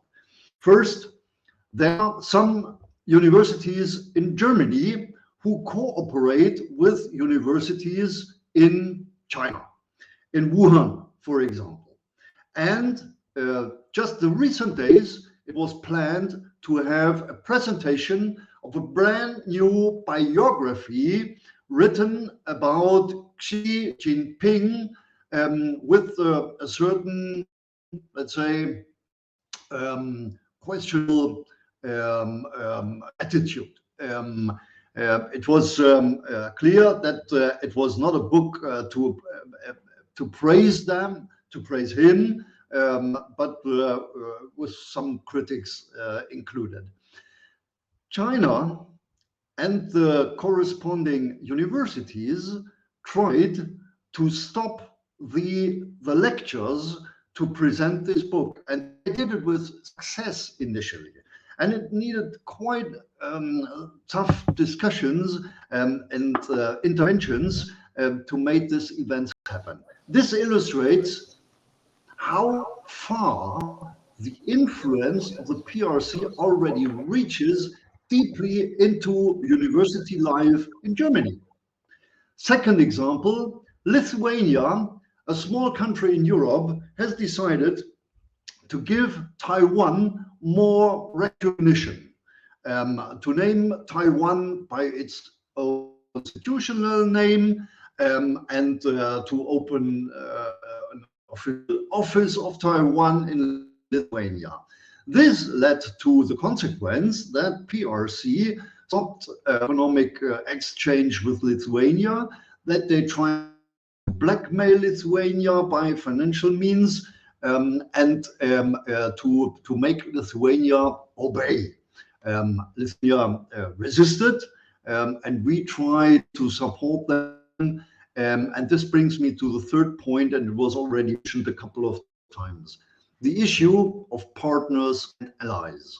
And this is indeed one of our big advantages. We have to keep our cohesion as strong as possible. This must be preserved. This is a guarantee, an additional guarantee for survival for us. Because in between this great power competition, it's a systemic competition, it is an economic, a financial competition, but at the end of the day, as Sergeant Major Anthony Spinaro said already, it is a question of freedom or autocratic suppression. And we want to keep our freedom, and we want to keep our way of life. And this is what we are fighting for, what we are standing for. Thank you for what you said already. And I do not want to dominate the debate now. I give the floor to those who have raised questions. But from my side, a warm thank you for what you have already said. That was really amazing. Thank you for that. Over to you, Sergeant Major. Okay, I'm back. Okay, I'm going to try to get some of the questions here, and I don't know if Scott or Lukas, you want to comment on what the general just said, but one of the ones that we just have is comes from actually our APSI working group from Brett, and Brett poses this question. It says we seem to be in a soft version of the Cold War at the moment, where nations are buying influence in countries and interfering in others' elections. So how should we respond to, say, for example, the Huawei spying, the social influence on Western democracy like Justin Trudeau, allowing the Canadian military to train the Chinese army in winter warfare? Even New Zealand has been called the weak link of the Five Eyes, turning a blind eye to human rights abuses due to trade with China. So to either one of you, your thoughts, it just jumped on me. I think that I'm getting hacked right here. So your thoughts on countering this new version of the of the Cold War today?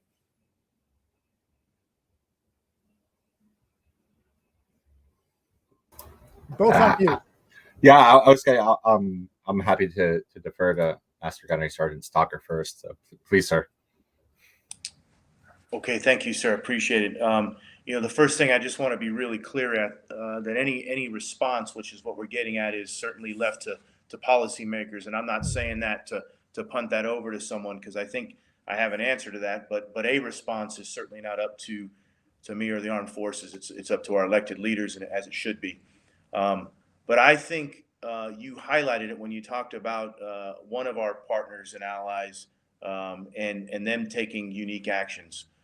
We have extreme strength in numbers, in coming together collectively as one to say those actions, whether they're humanitarian, and you can see what the Chinese Communist Party has done with the Muslim population. You can see how they've suppressed certain freedom on the internet of information and those types of things. And we can collectively come together and say that is unacceptable. We are no longer going to do economic activity with you or whatever. That sends a message. Now, easier said than done, and I get that. But where could we start? A couple weeks ago, we had the Indian Ministry of Defense, and just prior to that, we had the Indian Chad here visiting us at United States Space Command as they visited other entities within the United States. They are the largest democracy in the world. And so making sure that we're lockstep with such a massive democracy and collectively saying both the United States, which is the world's largest economy still today, and then the largest democracy, those two coming together makes it a lot easier for some of the smaller nations to say they're going to do that. But because certainly if you're 30th, 31st or whatever on the economic scale, but no one else is going in with you, makes it a lot harder. It's very easy for China to isolate that pocket. And so, again, back to what I really in my heart believe, it's not a bumper sticker. Our strength is in our partners and allies, and our strength is being united. Sort of like that beautiful rugby team there, the New Zealand All Blacks. The strength is in our numbers, and collectively, together as a team, we can compete and win here. Very smooth there with the All Black reference. Very smooth. Rugby diplomacy at its best. Dr. Filler, how can you top that? Especially after the All Blacks did 104-14 shellacking this past week against the U.S. team. Yeah, I can't beat that, but I'll add a little bit to it. So I totally agree that the allies and partners are an essential part, like the essential part. But I also sort of, I have a lot of optimism about how things are going to turn out. And I think that one of the things that sort of Master Gunnery Sergeant Stalker is getting at is, to some extent, that we're all collectively one recognizing the challenges, and then we're appropriately prioritizing them. So, the term Cold War or a new Cold War, I want to call attention to that for a moment, because that to some extent is partially Chinese propaganda, right? So China has been promoting the term New Cold War to describe specifically the seemingly bottomless free fall of Sino-U.S. relations, and one of the reasons that they're doing it is because it evokes a sense that it's the U.S.'s fault. That much like in the Soviet original Cold War, the U.S. has a ideological bone to pick with communist countries and seeks basically to dismantle them, and thus it is the U.S.'s fault for the current tensions. And the only real way to solve it is for the U.S. to realize that there's no need for this and to back off. At the same time, I would point out that there are also legitimate reasons why the Chinese might see this as another Cold War. So I'm not saying we shouldn't use the term. I'm just saying we should be cognizant of the fact that it is somewhat loaded for the way that Chinese are trying to use it. But one of the things that I think is useful to think about in terms of this being a new Cold War is, to what extent is this about ideology?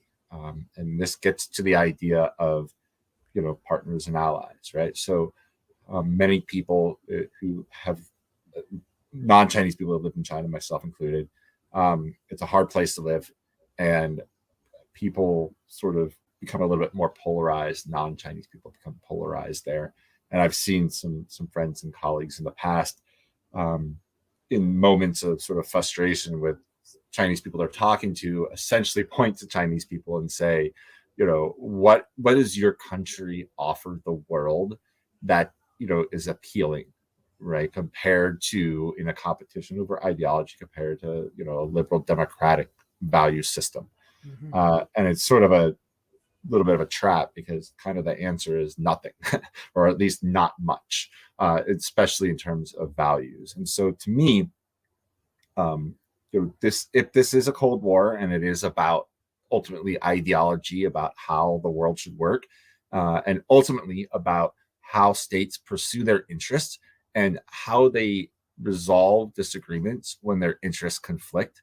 Is it, a system of rule of law where states presumably and ideally, we strive for this, are all equal regardless of size? Or is it something in the Chinese approach of a might makes right? And so if we truly believe that the liberal democratic system is the right one, if we truly believe that things like equality and how we define justice in a Rawlsian sense, justice is fairness, which ultimately is equality. If we believe that this is the superior system, then if we embody those values and we show what it can do, and we do that together, then why would anyone choose an authoritarian option over that? What China is attempting to do, this is why I kind of let off with the little caveat about how it intends to leverage the term Cold War, is China had, at least the senior CCP members, and they have influence over the thinking of normal citizens. There is an ideological component for them as well. And that ideological component is a belief that socialism is superior to capitalism. And what we have seen, and what has kind of encouraged and reinforced this view from CCP leaders, at least, is that things like WTO, Xinjiang, recent national security law in Hong Kong, one of the reasons, and this gets to another question that was posted in there, one of the reasons why China can make these bold moves is because there is a belief that capitalist greed will inevitably overwhelm liberal democratic ideals. And specifically, the Tiananmen Square massacre is a great example, because there was a lot of tough talk and there were some sanctions, but within a few years, a lot of that was relaxed and it was kind of business as normal. And I think that China has been testing that over and over again in slightly different ways, and have come to perhaps an incorrect conclusion that they can make these kinds of aggressive moves, and the West will object, but then eventually capitalist greed will overtake values. And so, what I think the partnerships and the allies get at is a sense that the strength in numbers comes from shared values, and the fact that ultimately what these shared values are about, as Mr. Stalker kind of alluded to, is why doesn't China have a lot of friends? And when I was in grad school in China, I mean, I had a quite well-known international relations Chinese professor get exceptionally frustrated during a conversation, because he's like, I don't understand how the U.S. manages to convince all of its friends to do its dirty work. Like, we don't even have any friends. Like, our only friends are North Korea, and we don't even trust them, and they don't like us. And my answer to that is, because, as I kind of mentioned before, when the China's very political realist view ignores values, right? It just sees the world as a dog-eat-dog place.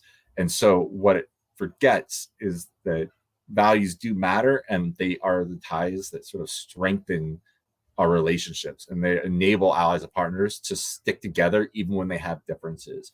And the reason is because for China, the term friend is a transactional term.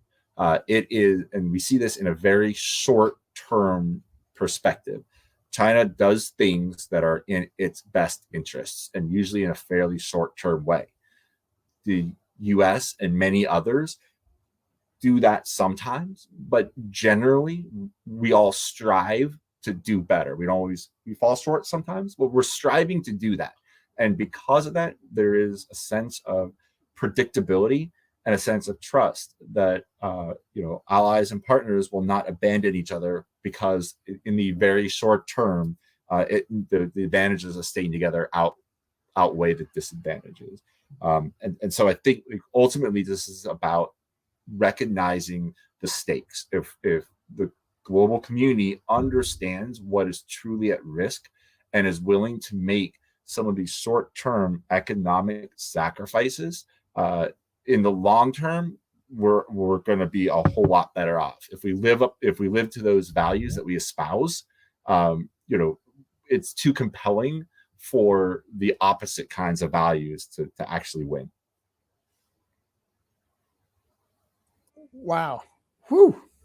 Like I said, I'm getting mad at you both right now, because I'm either running out of ink or I'm going to be all cramped up with writer's cramp here. But genius. I do want to address, there's two questions I want to jump over. Our hosts, Bill and Zipporah, they were the first ones out with the question. So I want to get to one of their questions they posed early on. We're going to go back to, again, that giant panda in the room. It's a Taiwan question.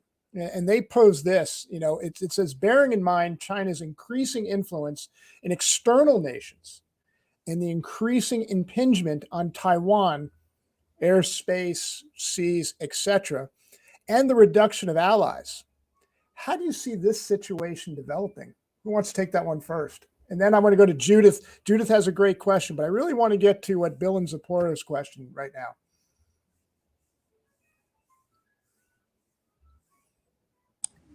Scott, you're going after the big panda in the room. Okay, buddy. Yeah, I certainly won't have as eloquent an answer as Dr. Filler there, which is why I use a lot of sports analogies to do that. But so how do I see that playing out?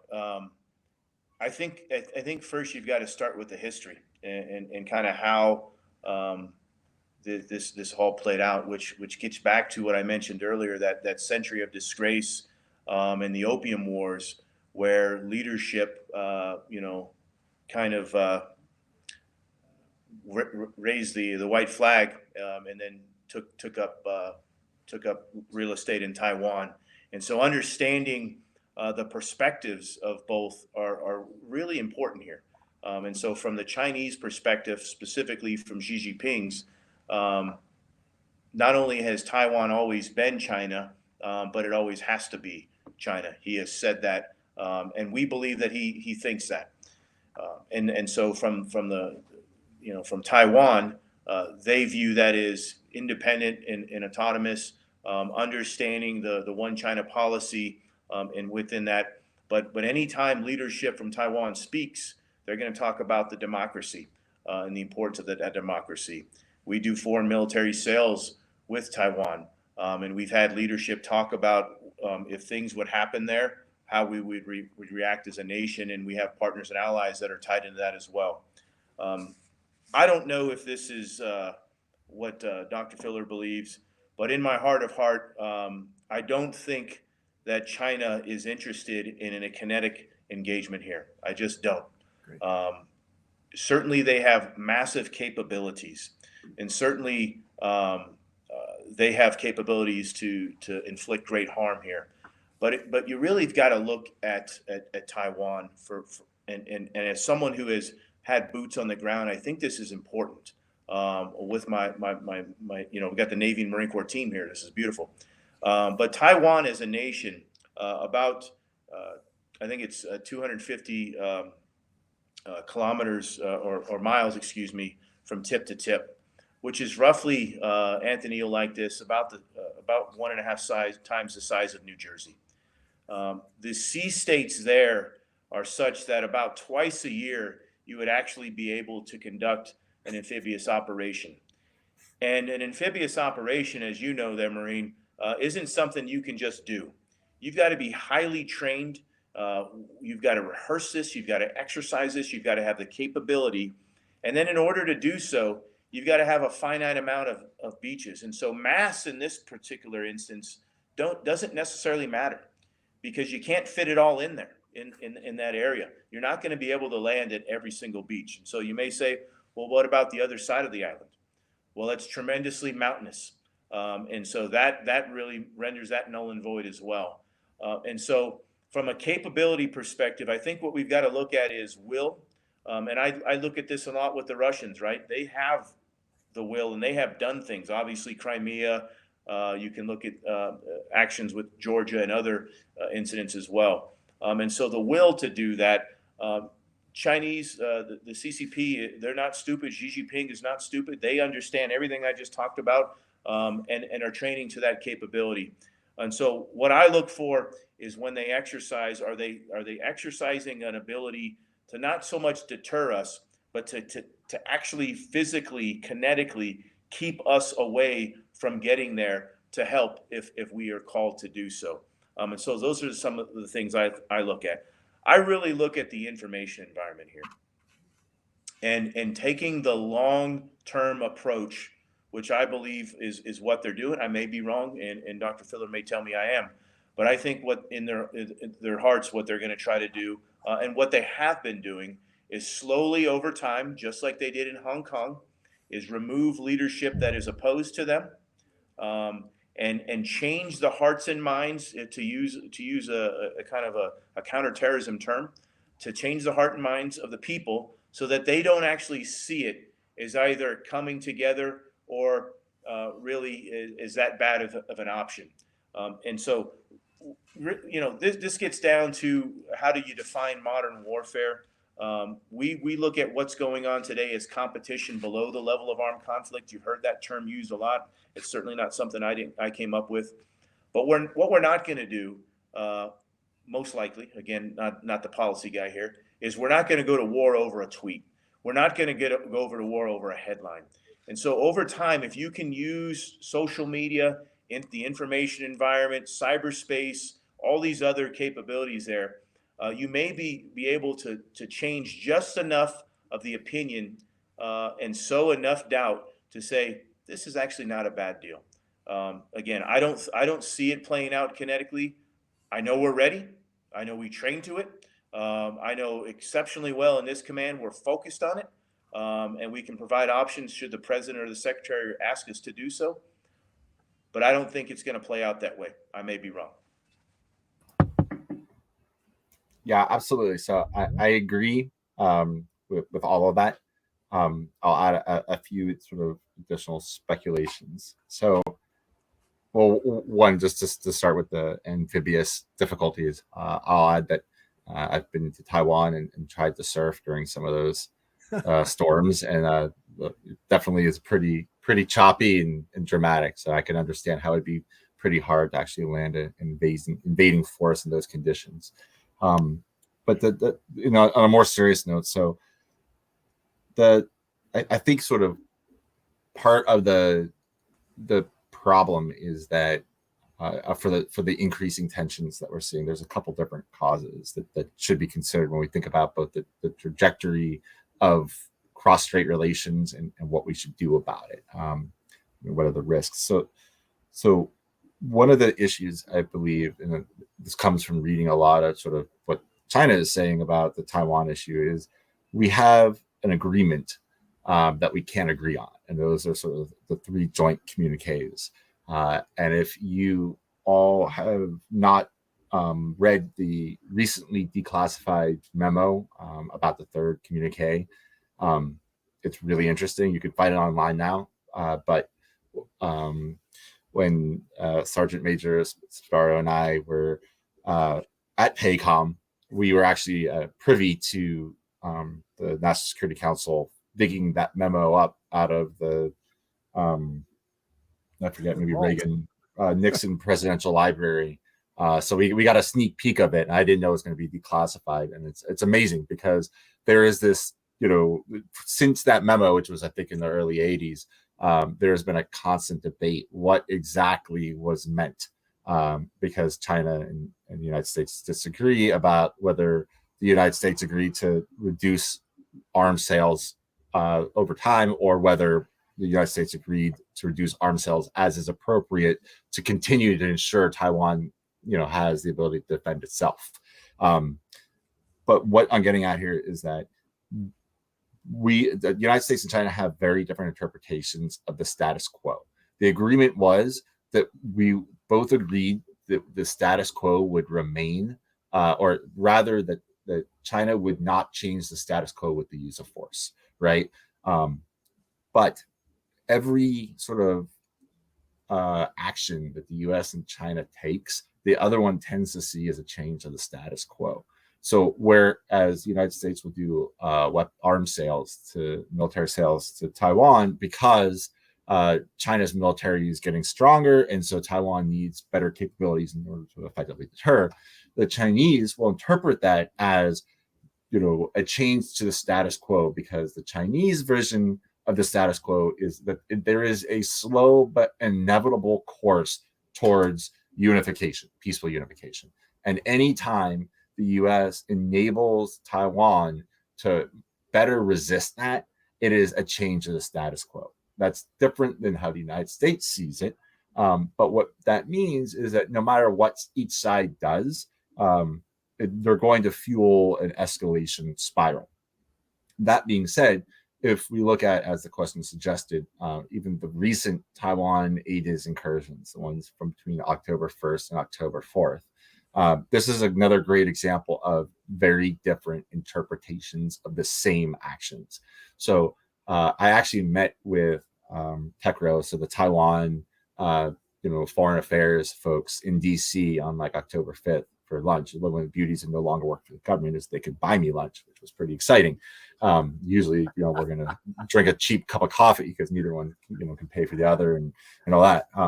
And I got to ask them a bunch of questions about this. And what was shocking to me is I had read the news across, English papers. And then I asked the TECRO folks why these incursions. And if you ask the TECRO people, they're like, I don't know.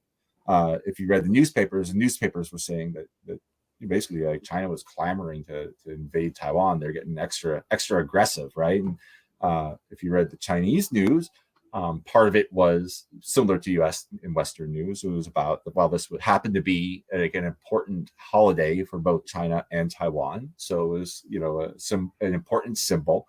But also the U.S. Plus 6 of its allies and partners aggregated 17 naval ships, including approximately 4 aircraft carriers, depending if you consider the Japanese, landing ship platform a carrier or not. So 17 ships, 4 aircraft carriers from 7 nations aggregated between Taiwan and Japan. that same weekend. And the Adia's incursions increased from the first, second, third, and fourth. The first was lower, second and third were the same, and the fourth was the record number. The 4th of October was also when that flotilla turned west towards Taiwan and China, and crossed the Bashi Channel, and then eventually disaggregated, but no one knew that. But that wasn't covered in the U.S. news all that much. There's nothing problematic about us doing that. But my point being, right now, the United States, allies, and partners, we're effectively deterring China. And certainly from the Chinese view, like we're gaining ground, which means that we are making conditions better for Taiwan independence or separatists, depending upon what you want to call them. So, where does that leave us? What my concern is right now, I'm not super concerned about China invading Taiwan for many of the reasons that Master Gunnery Sergeant Stalker mentioned, and expand for 30, 45 minutes talking about sort of how China thinks about both just conflict resolution, as well as the use of force.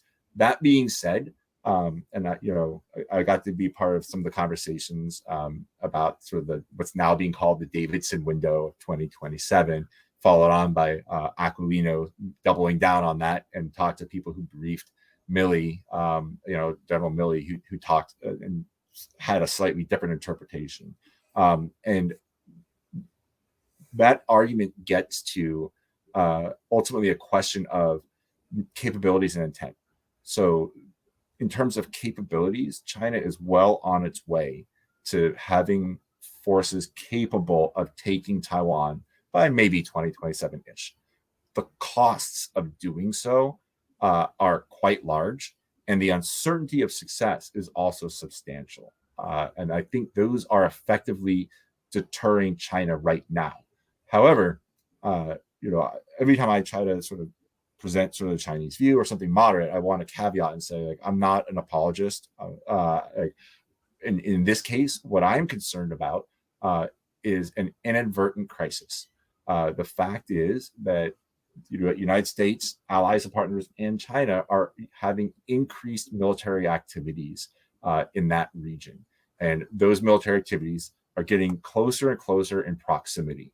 And despite, the exceptional professionalism of U.S. allies and partners, and having been in the military, having flown, these missions off the coast of China, I know, how good we really are.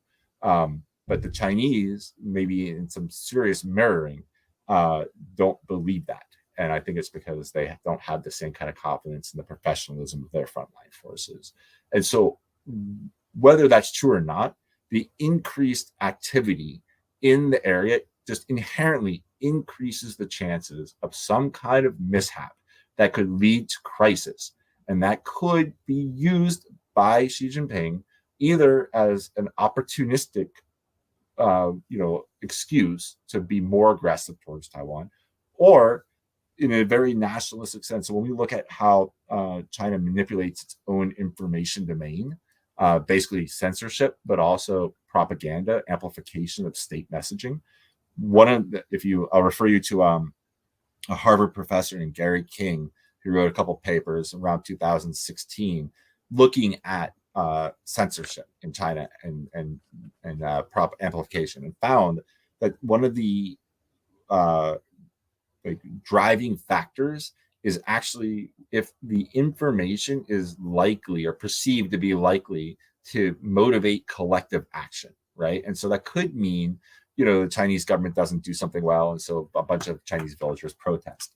But it also means that China is playing, with a double-edged sword of nationalism. And China knows it, the government knows it. And so they have to walk a fine line of using nationalism to maintain unity of purpose and, common sense of focus on something that's not China and the CCP. But if it incites too much nationalism, then it might be forced to do, rather extreme foreign policy behaviors that it otherwise wouldn't do, because its domestic population expects that of them, because they've been whipped up by the nationalism. And so the concern is, China, Xi Jinping may not be opportunistic and see a crisis such as the EP3 incident of 2001. He may not see this as an opportunity to invade Taiwan, but the Chinese people may be so worked up by how dare the United States, once again collide with, the Chinese military, that the Chinese military can't stand for this any longer. He may be, pressured into taking more aggressive actions during a crisis in order to show that China is strong and won't be bullied, because that's the expectation of his own domestic population. Whoa, man! I didn't want to go to that giant panda in the room, but I had to. So I thought I hope that was the right answer to you all, to our beautiful host for this. I want to get one more out, and thank you, Judith, for a couple of the questions. And I think we got the right one from Judith.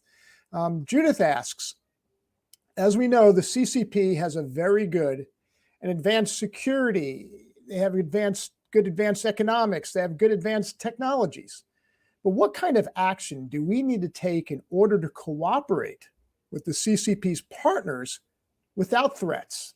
And that's a question from Judith. So thanks, Judith, for posing that. And that'll be the last one as we kind of close out. So we got about 5 minutes left. So please answer it, and then we can do some concluding remarks. So over to you all for that response to Judith. Dr. Filler, I guess since I've taken the first two, I'll just close it out here and then turn it over to you, sir. I think I understand the question, and it sounds like we're talking about how we can work with China. Is that kind of what we're getting at, Anthony? In summary? Okay. Well, let me be frank. We do already, and we are not at war with China. We have many United States companies, Boeing being one of them, one of many that is in China that we work with. We have academic institutions in the United States, which allows them to come to the United States and get educated, and potential for them to get PhDs and doctorates as well. And so I think we've got to really think about what if I can sum up what Dr. Filler said with a few words, which is the decision calculus, which is, would it be in our best interest to remove those things, economic incentives or our own companies in China, or academic opportunities for them to be here? And I go back to that book, Young China. I think that it's probably a good idea in many regards. There's certainly risks that we have to consider, but having young people from China come here to see, a lot of the beauty that we have in America, some of the freedoms we have, issues and challenges as well, so that there isn't a miscalculation and misunderstanding of things. And I think that's one of the ways we should consider continuing. From an academic perspective, to get at what was just talked about in miscalculation, what I think is fascinating, and I have a cybersecurity, that's what I got my master's in. So understanding how we educate and learn this and how China does, there's a couple nuances that are unique. And one of them is those that have art degrees and those types of degrees, in many ways in cyber, as we get really, really good at it, tend to be slightly better, at least the individuals that I have found. And that is predominantly because it allows creativity and individualism to think through this. But a lot of the courses that I have been privy to and read about in China is it is a execution checklist. Do this, write the code this way, you do not deviate, and you go to think that way. And so there's a difference in how we do that, and I think that gets at the misunderstanding and the risk calculus of China. Our strategic advantage, in my opinion, is our people, especially in the armed forces. I don't think there would be an opportunity if the thing was flipped here and this was being done in China, where a senior enlisted leader would be presenting his opinions and thoughts on the United States. I don't even know if an individual, if I have a peer over there. Most likely I don't. And so that is a strength that we have. And so by bringing Chinese citizens over here, by allowing us to have those connections, I think it's in our best interest. We've got to be aware of how we do it intelligently. But that would be my answer to that question. Yeah. Wow. Woo. Thanks, Scott. Dr. Filler, I mean, how do you top that one? I mean, I think he came across the top rope. He's being the stalker there. I mean, I love it. Absolutely. Yeah. I was reading the question in the chat box, and I'm also not entirely clear. It talks about cooperate with CCP's partners. I'm not sure if the question is referencing like Chinese companies, or if they're talking about sort of partners that China is having exterior. So, just to be a little bit brief about this, I agree that there's going back to sort of the idea about the competition of values. I mean, if we truly believe that our values are superior, then there is some short-term losses in order to do the right thing. But by doing the right thing, inevitably we will collectively win people over because the right values are there, right?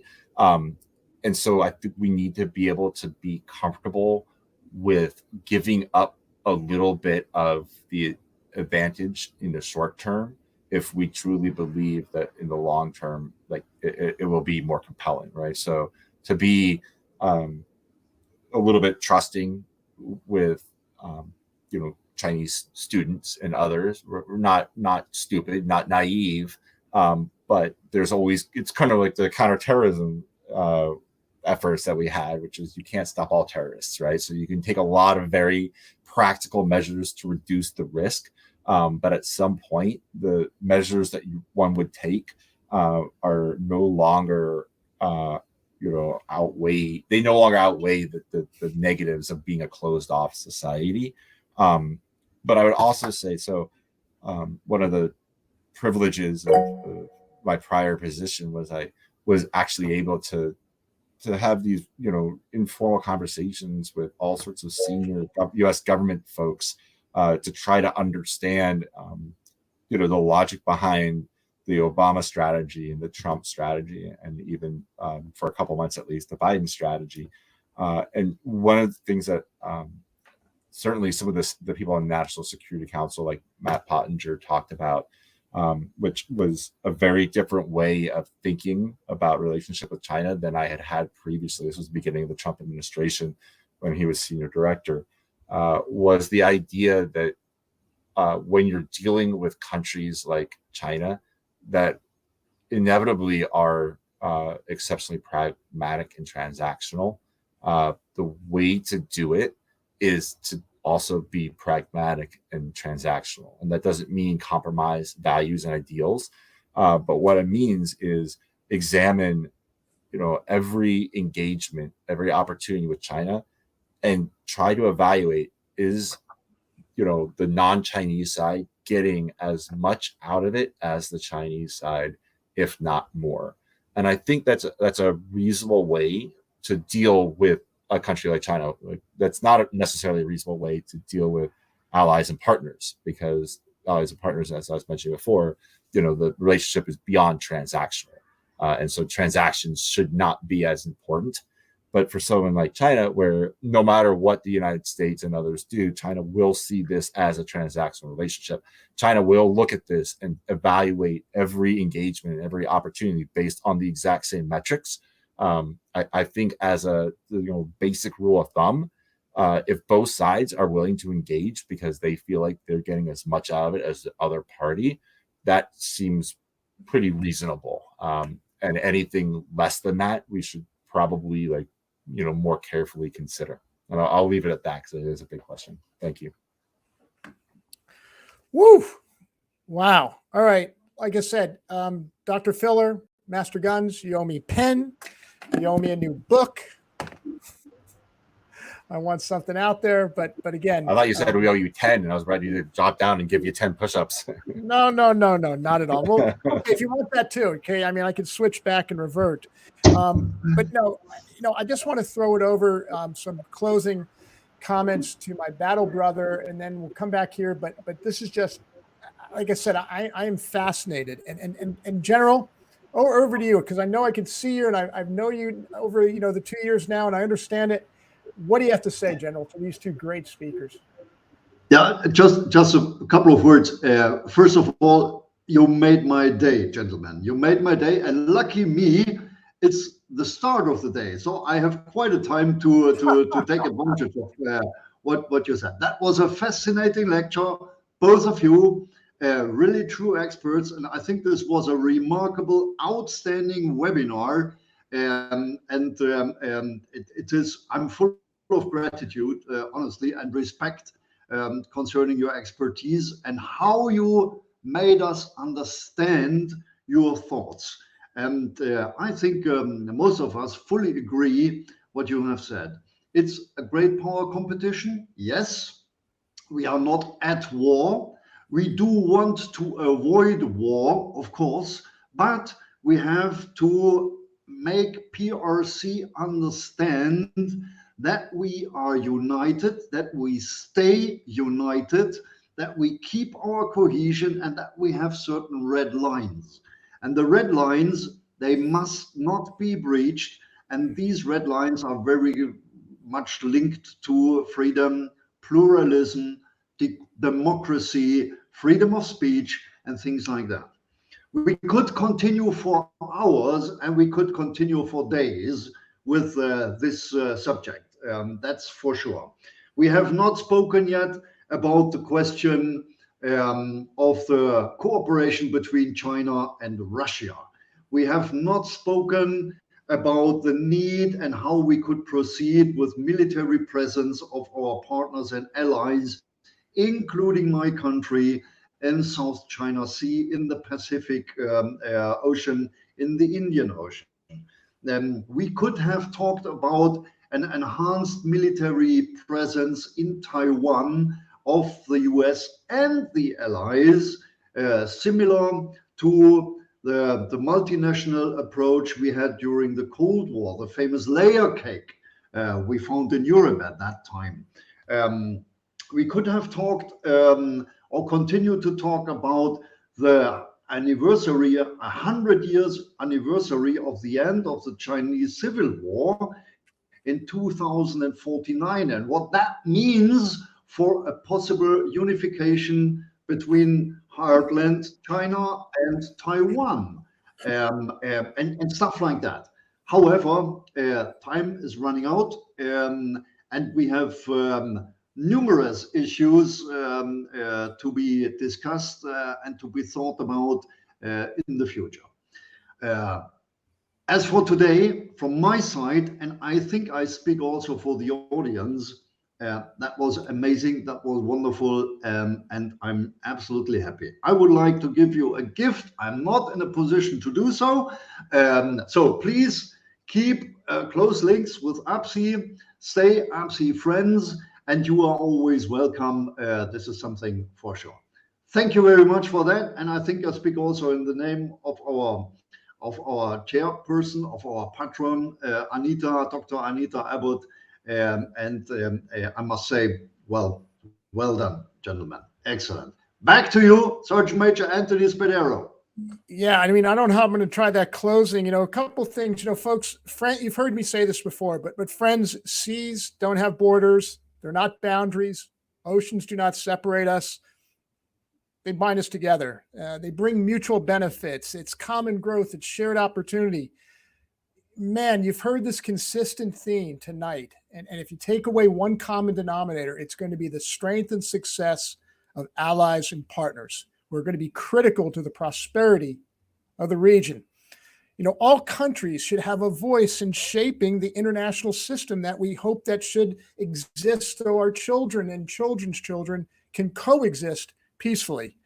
There's some challenges, but I see opportunities where some people call it challenges, because this international system will benefit if we do work together to the mutual agreement of all the goodness that the PRC could possibly do, and especially into that next frontier called space.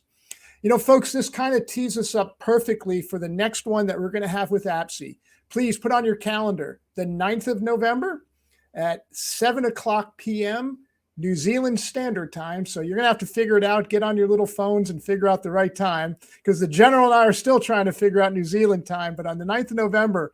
And our subject then, and please, Dr. Filler and Master Gunnery Sergeant Stalker, I hope you could be there, when we're going to discuss cooperation as a strategic security approach. On hand for that's going to be our own patron, Dr. Abbott, General Hageman. We're also going to have Frigate Captain Swistik from the German Navy. So we're going to have a little NATO approach here on some of the thoughts here, because remember too, NATO does touch the Indo-Pacific area of responsibilities. But most of all, folks, we got to give a great hand to, again, you see how I said it tonight, academics, scholars, thinkers, Dr. Lukas Filler and Master Gunnery Sergeant Scott Stalker. I mean, literally brilliant. I mean, if this is one of the things, if you see how we've been growing with what we're trying to do with APSI, again, this perfect synchronicity of two great minds, two great thinkers, they're feeding off one another, and this is the first time they've met. So there's, again, the strength of what we could achieve together in this academic environment. So again, to Dr. Filler, I hope I could see you for a drink here. We're still here on this great little island, and I'd love to see you, good sir. I've missed you. When you brought up the communiques, it was like the third order is Fatima's secret, and now that it's out again, so I can't believe that, that I still remember the day when you sent that on the secret side to us all, and I've been running down to the bowels where you used to work, and I'm like, what does this mean? And you're giving me that explanation that only a jarhead can understand. But again, I hope to see you soon. Scott, I can't wait to see you, and thank you in person for this. Folks, it's about, 1 o'clock in the morning right now. Hey, a small price to pay to be a member of the world's finest there, Scott, for what you're doing here. But again, folks, a big round of applause. Remember, 9th of November, we're back here. We're going to have another great session. See you all. Go to the website, sign up, tell your friends. We need you all. But again, aloha, mahalo nui loa to you all. God bless you all. And let's stay safe, and allies and partners all the way to go. Take care. Good night.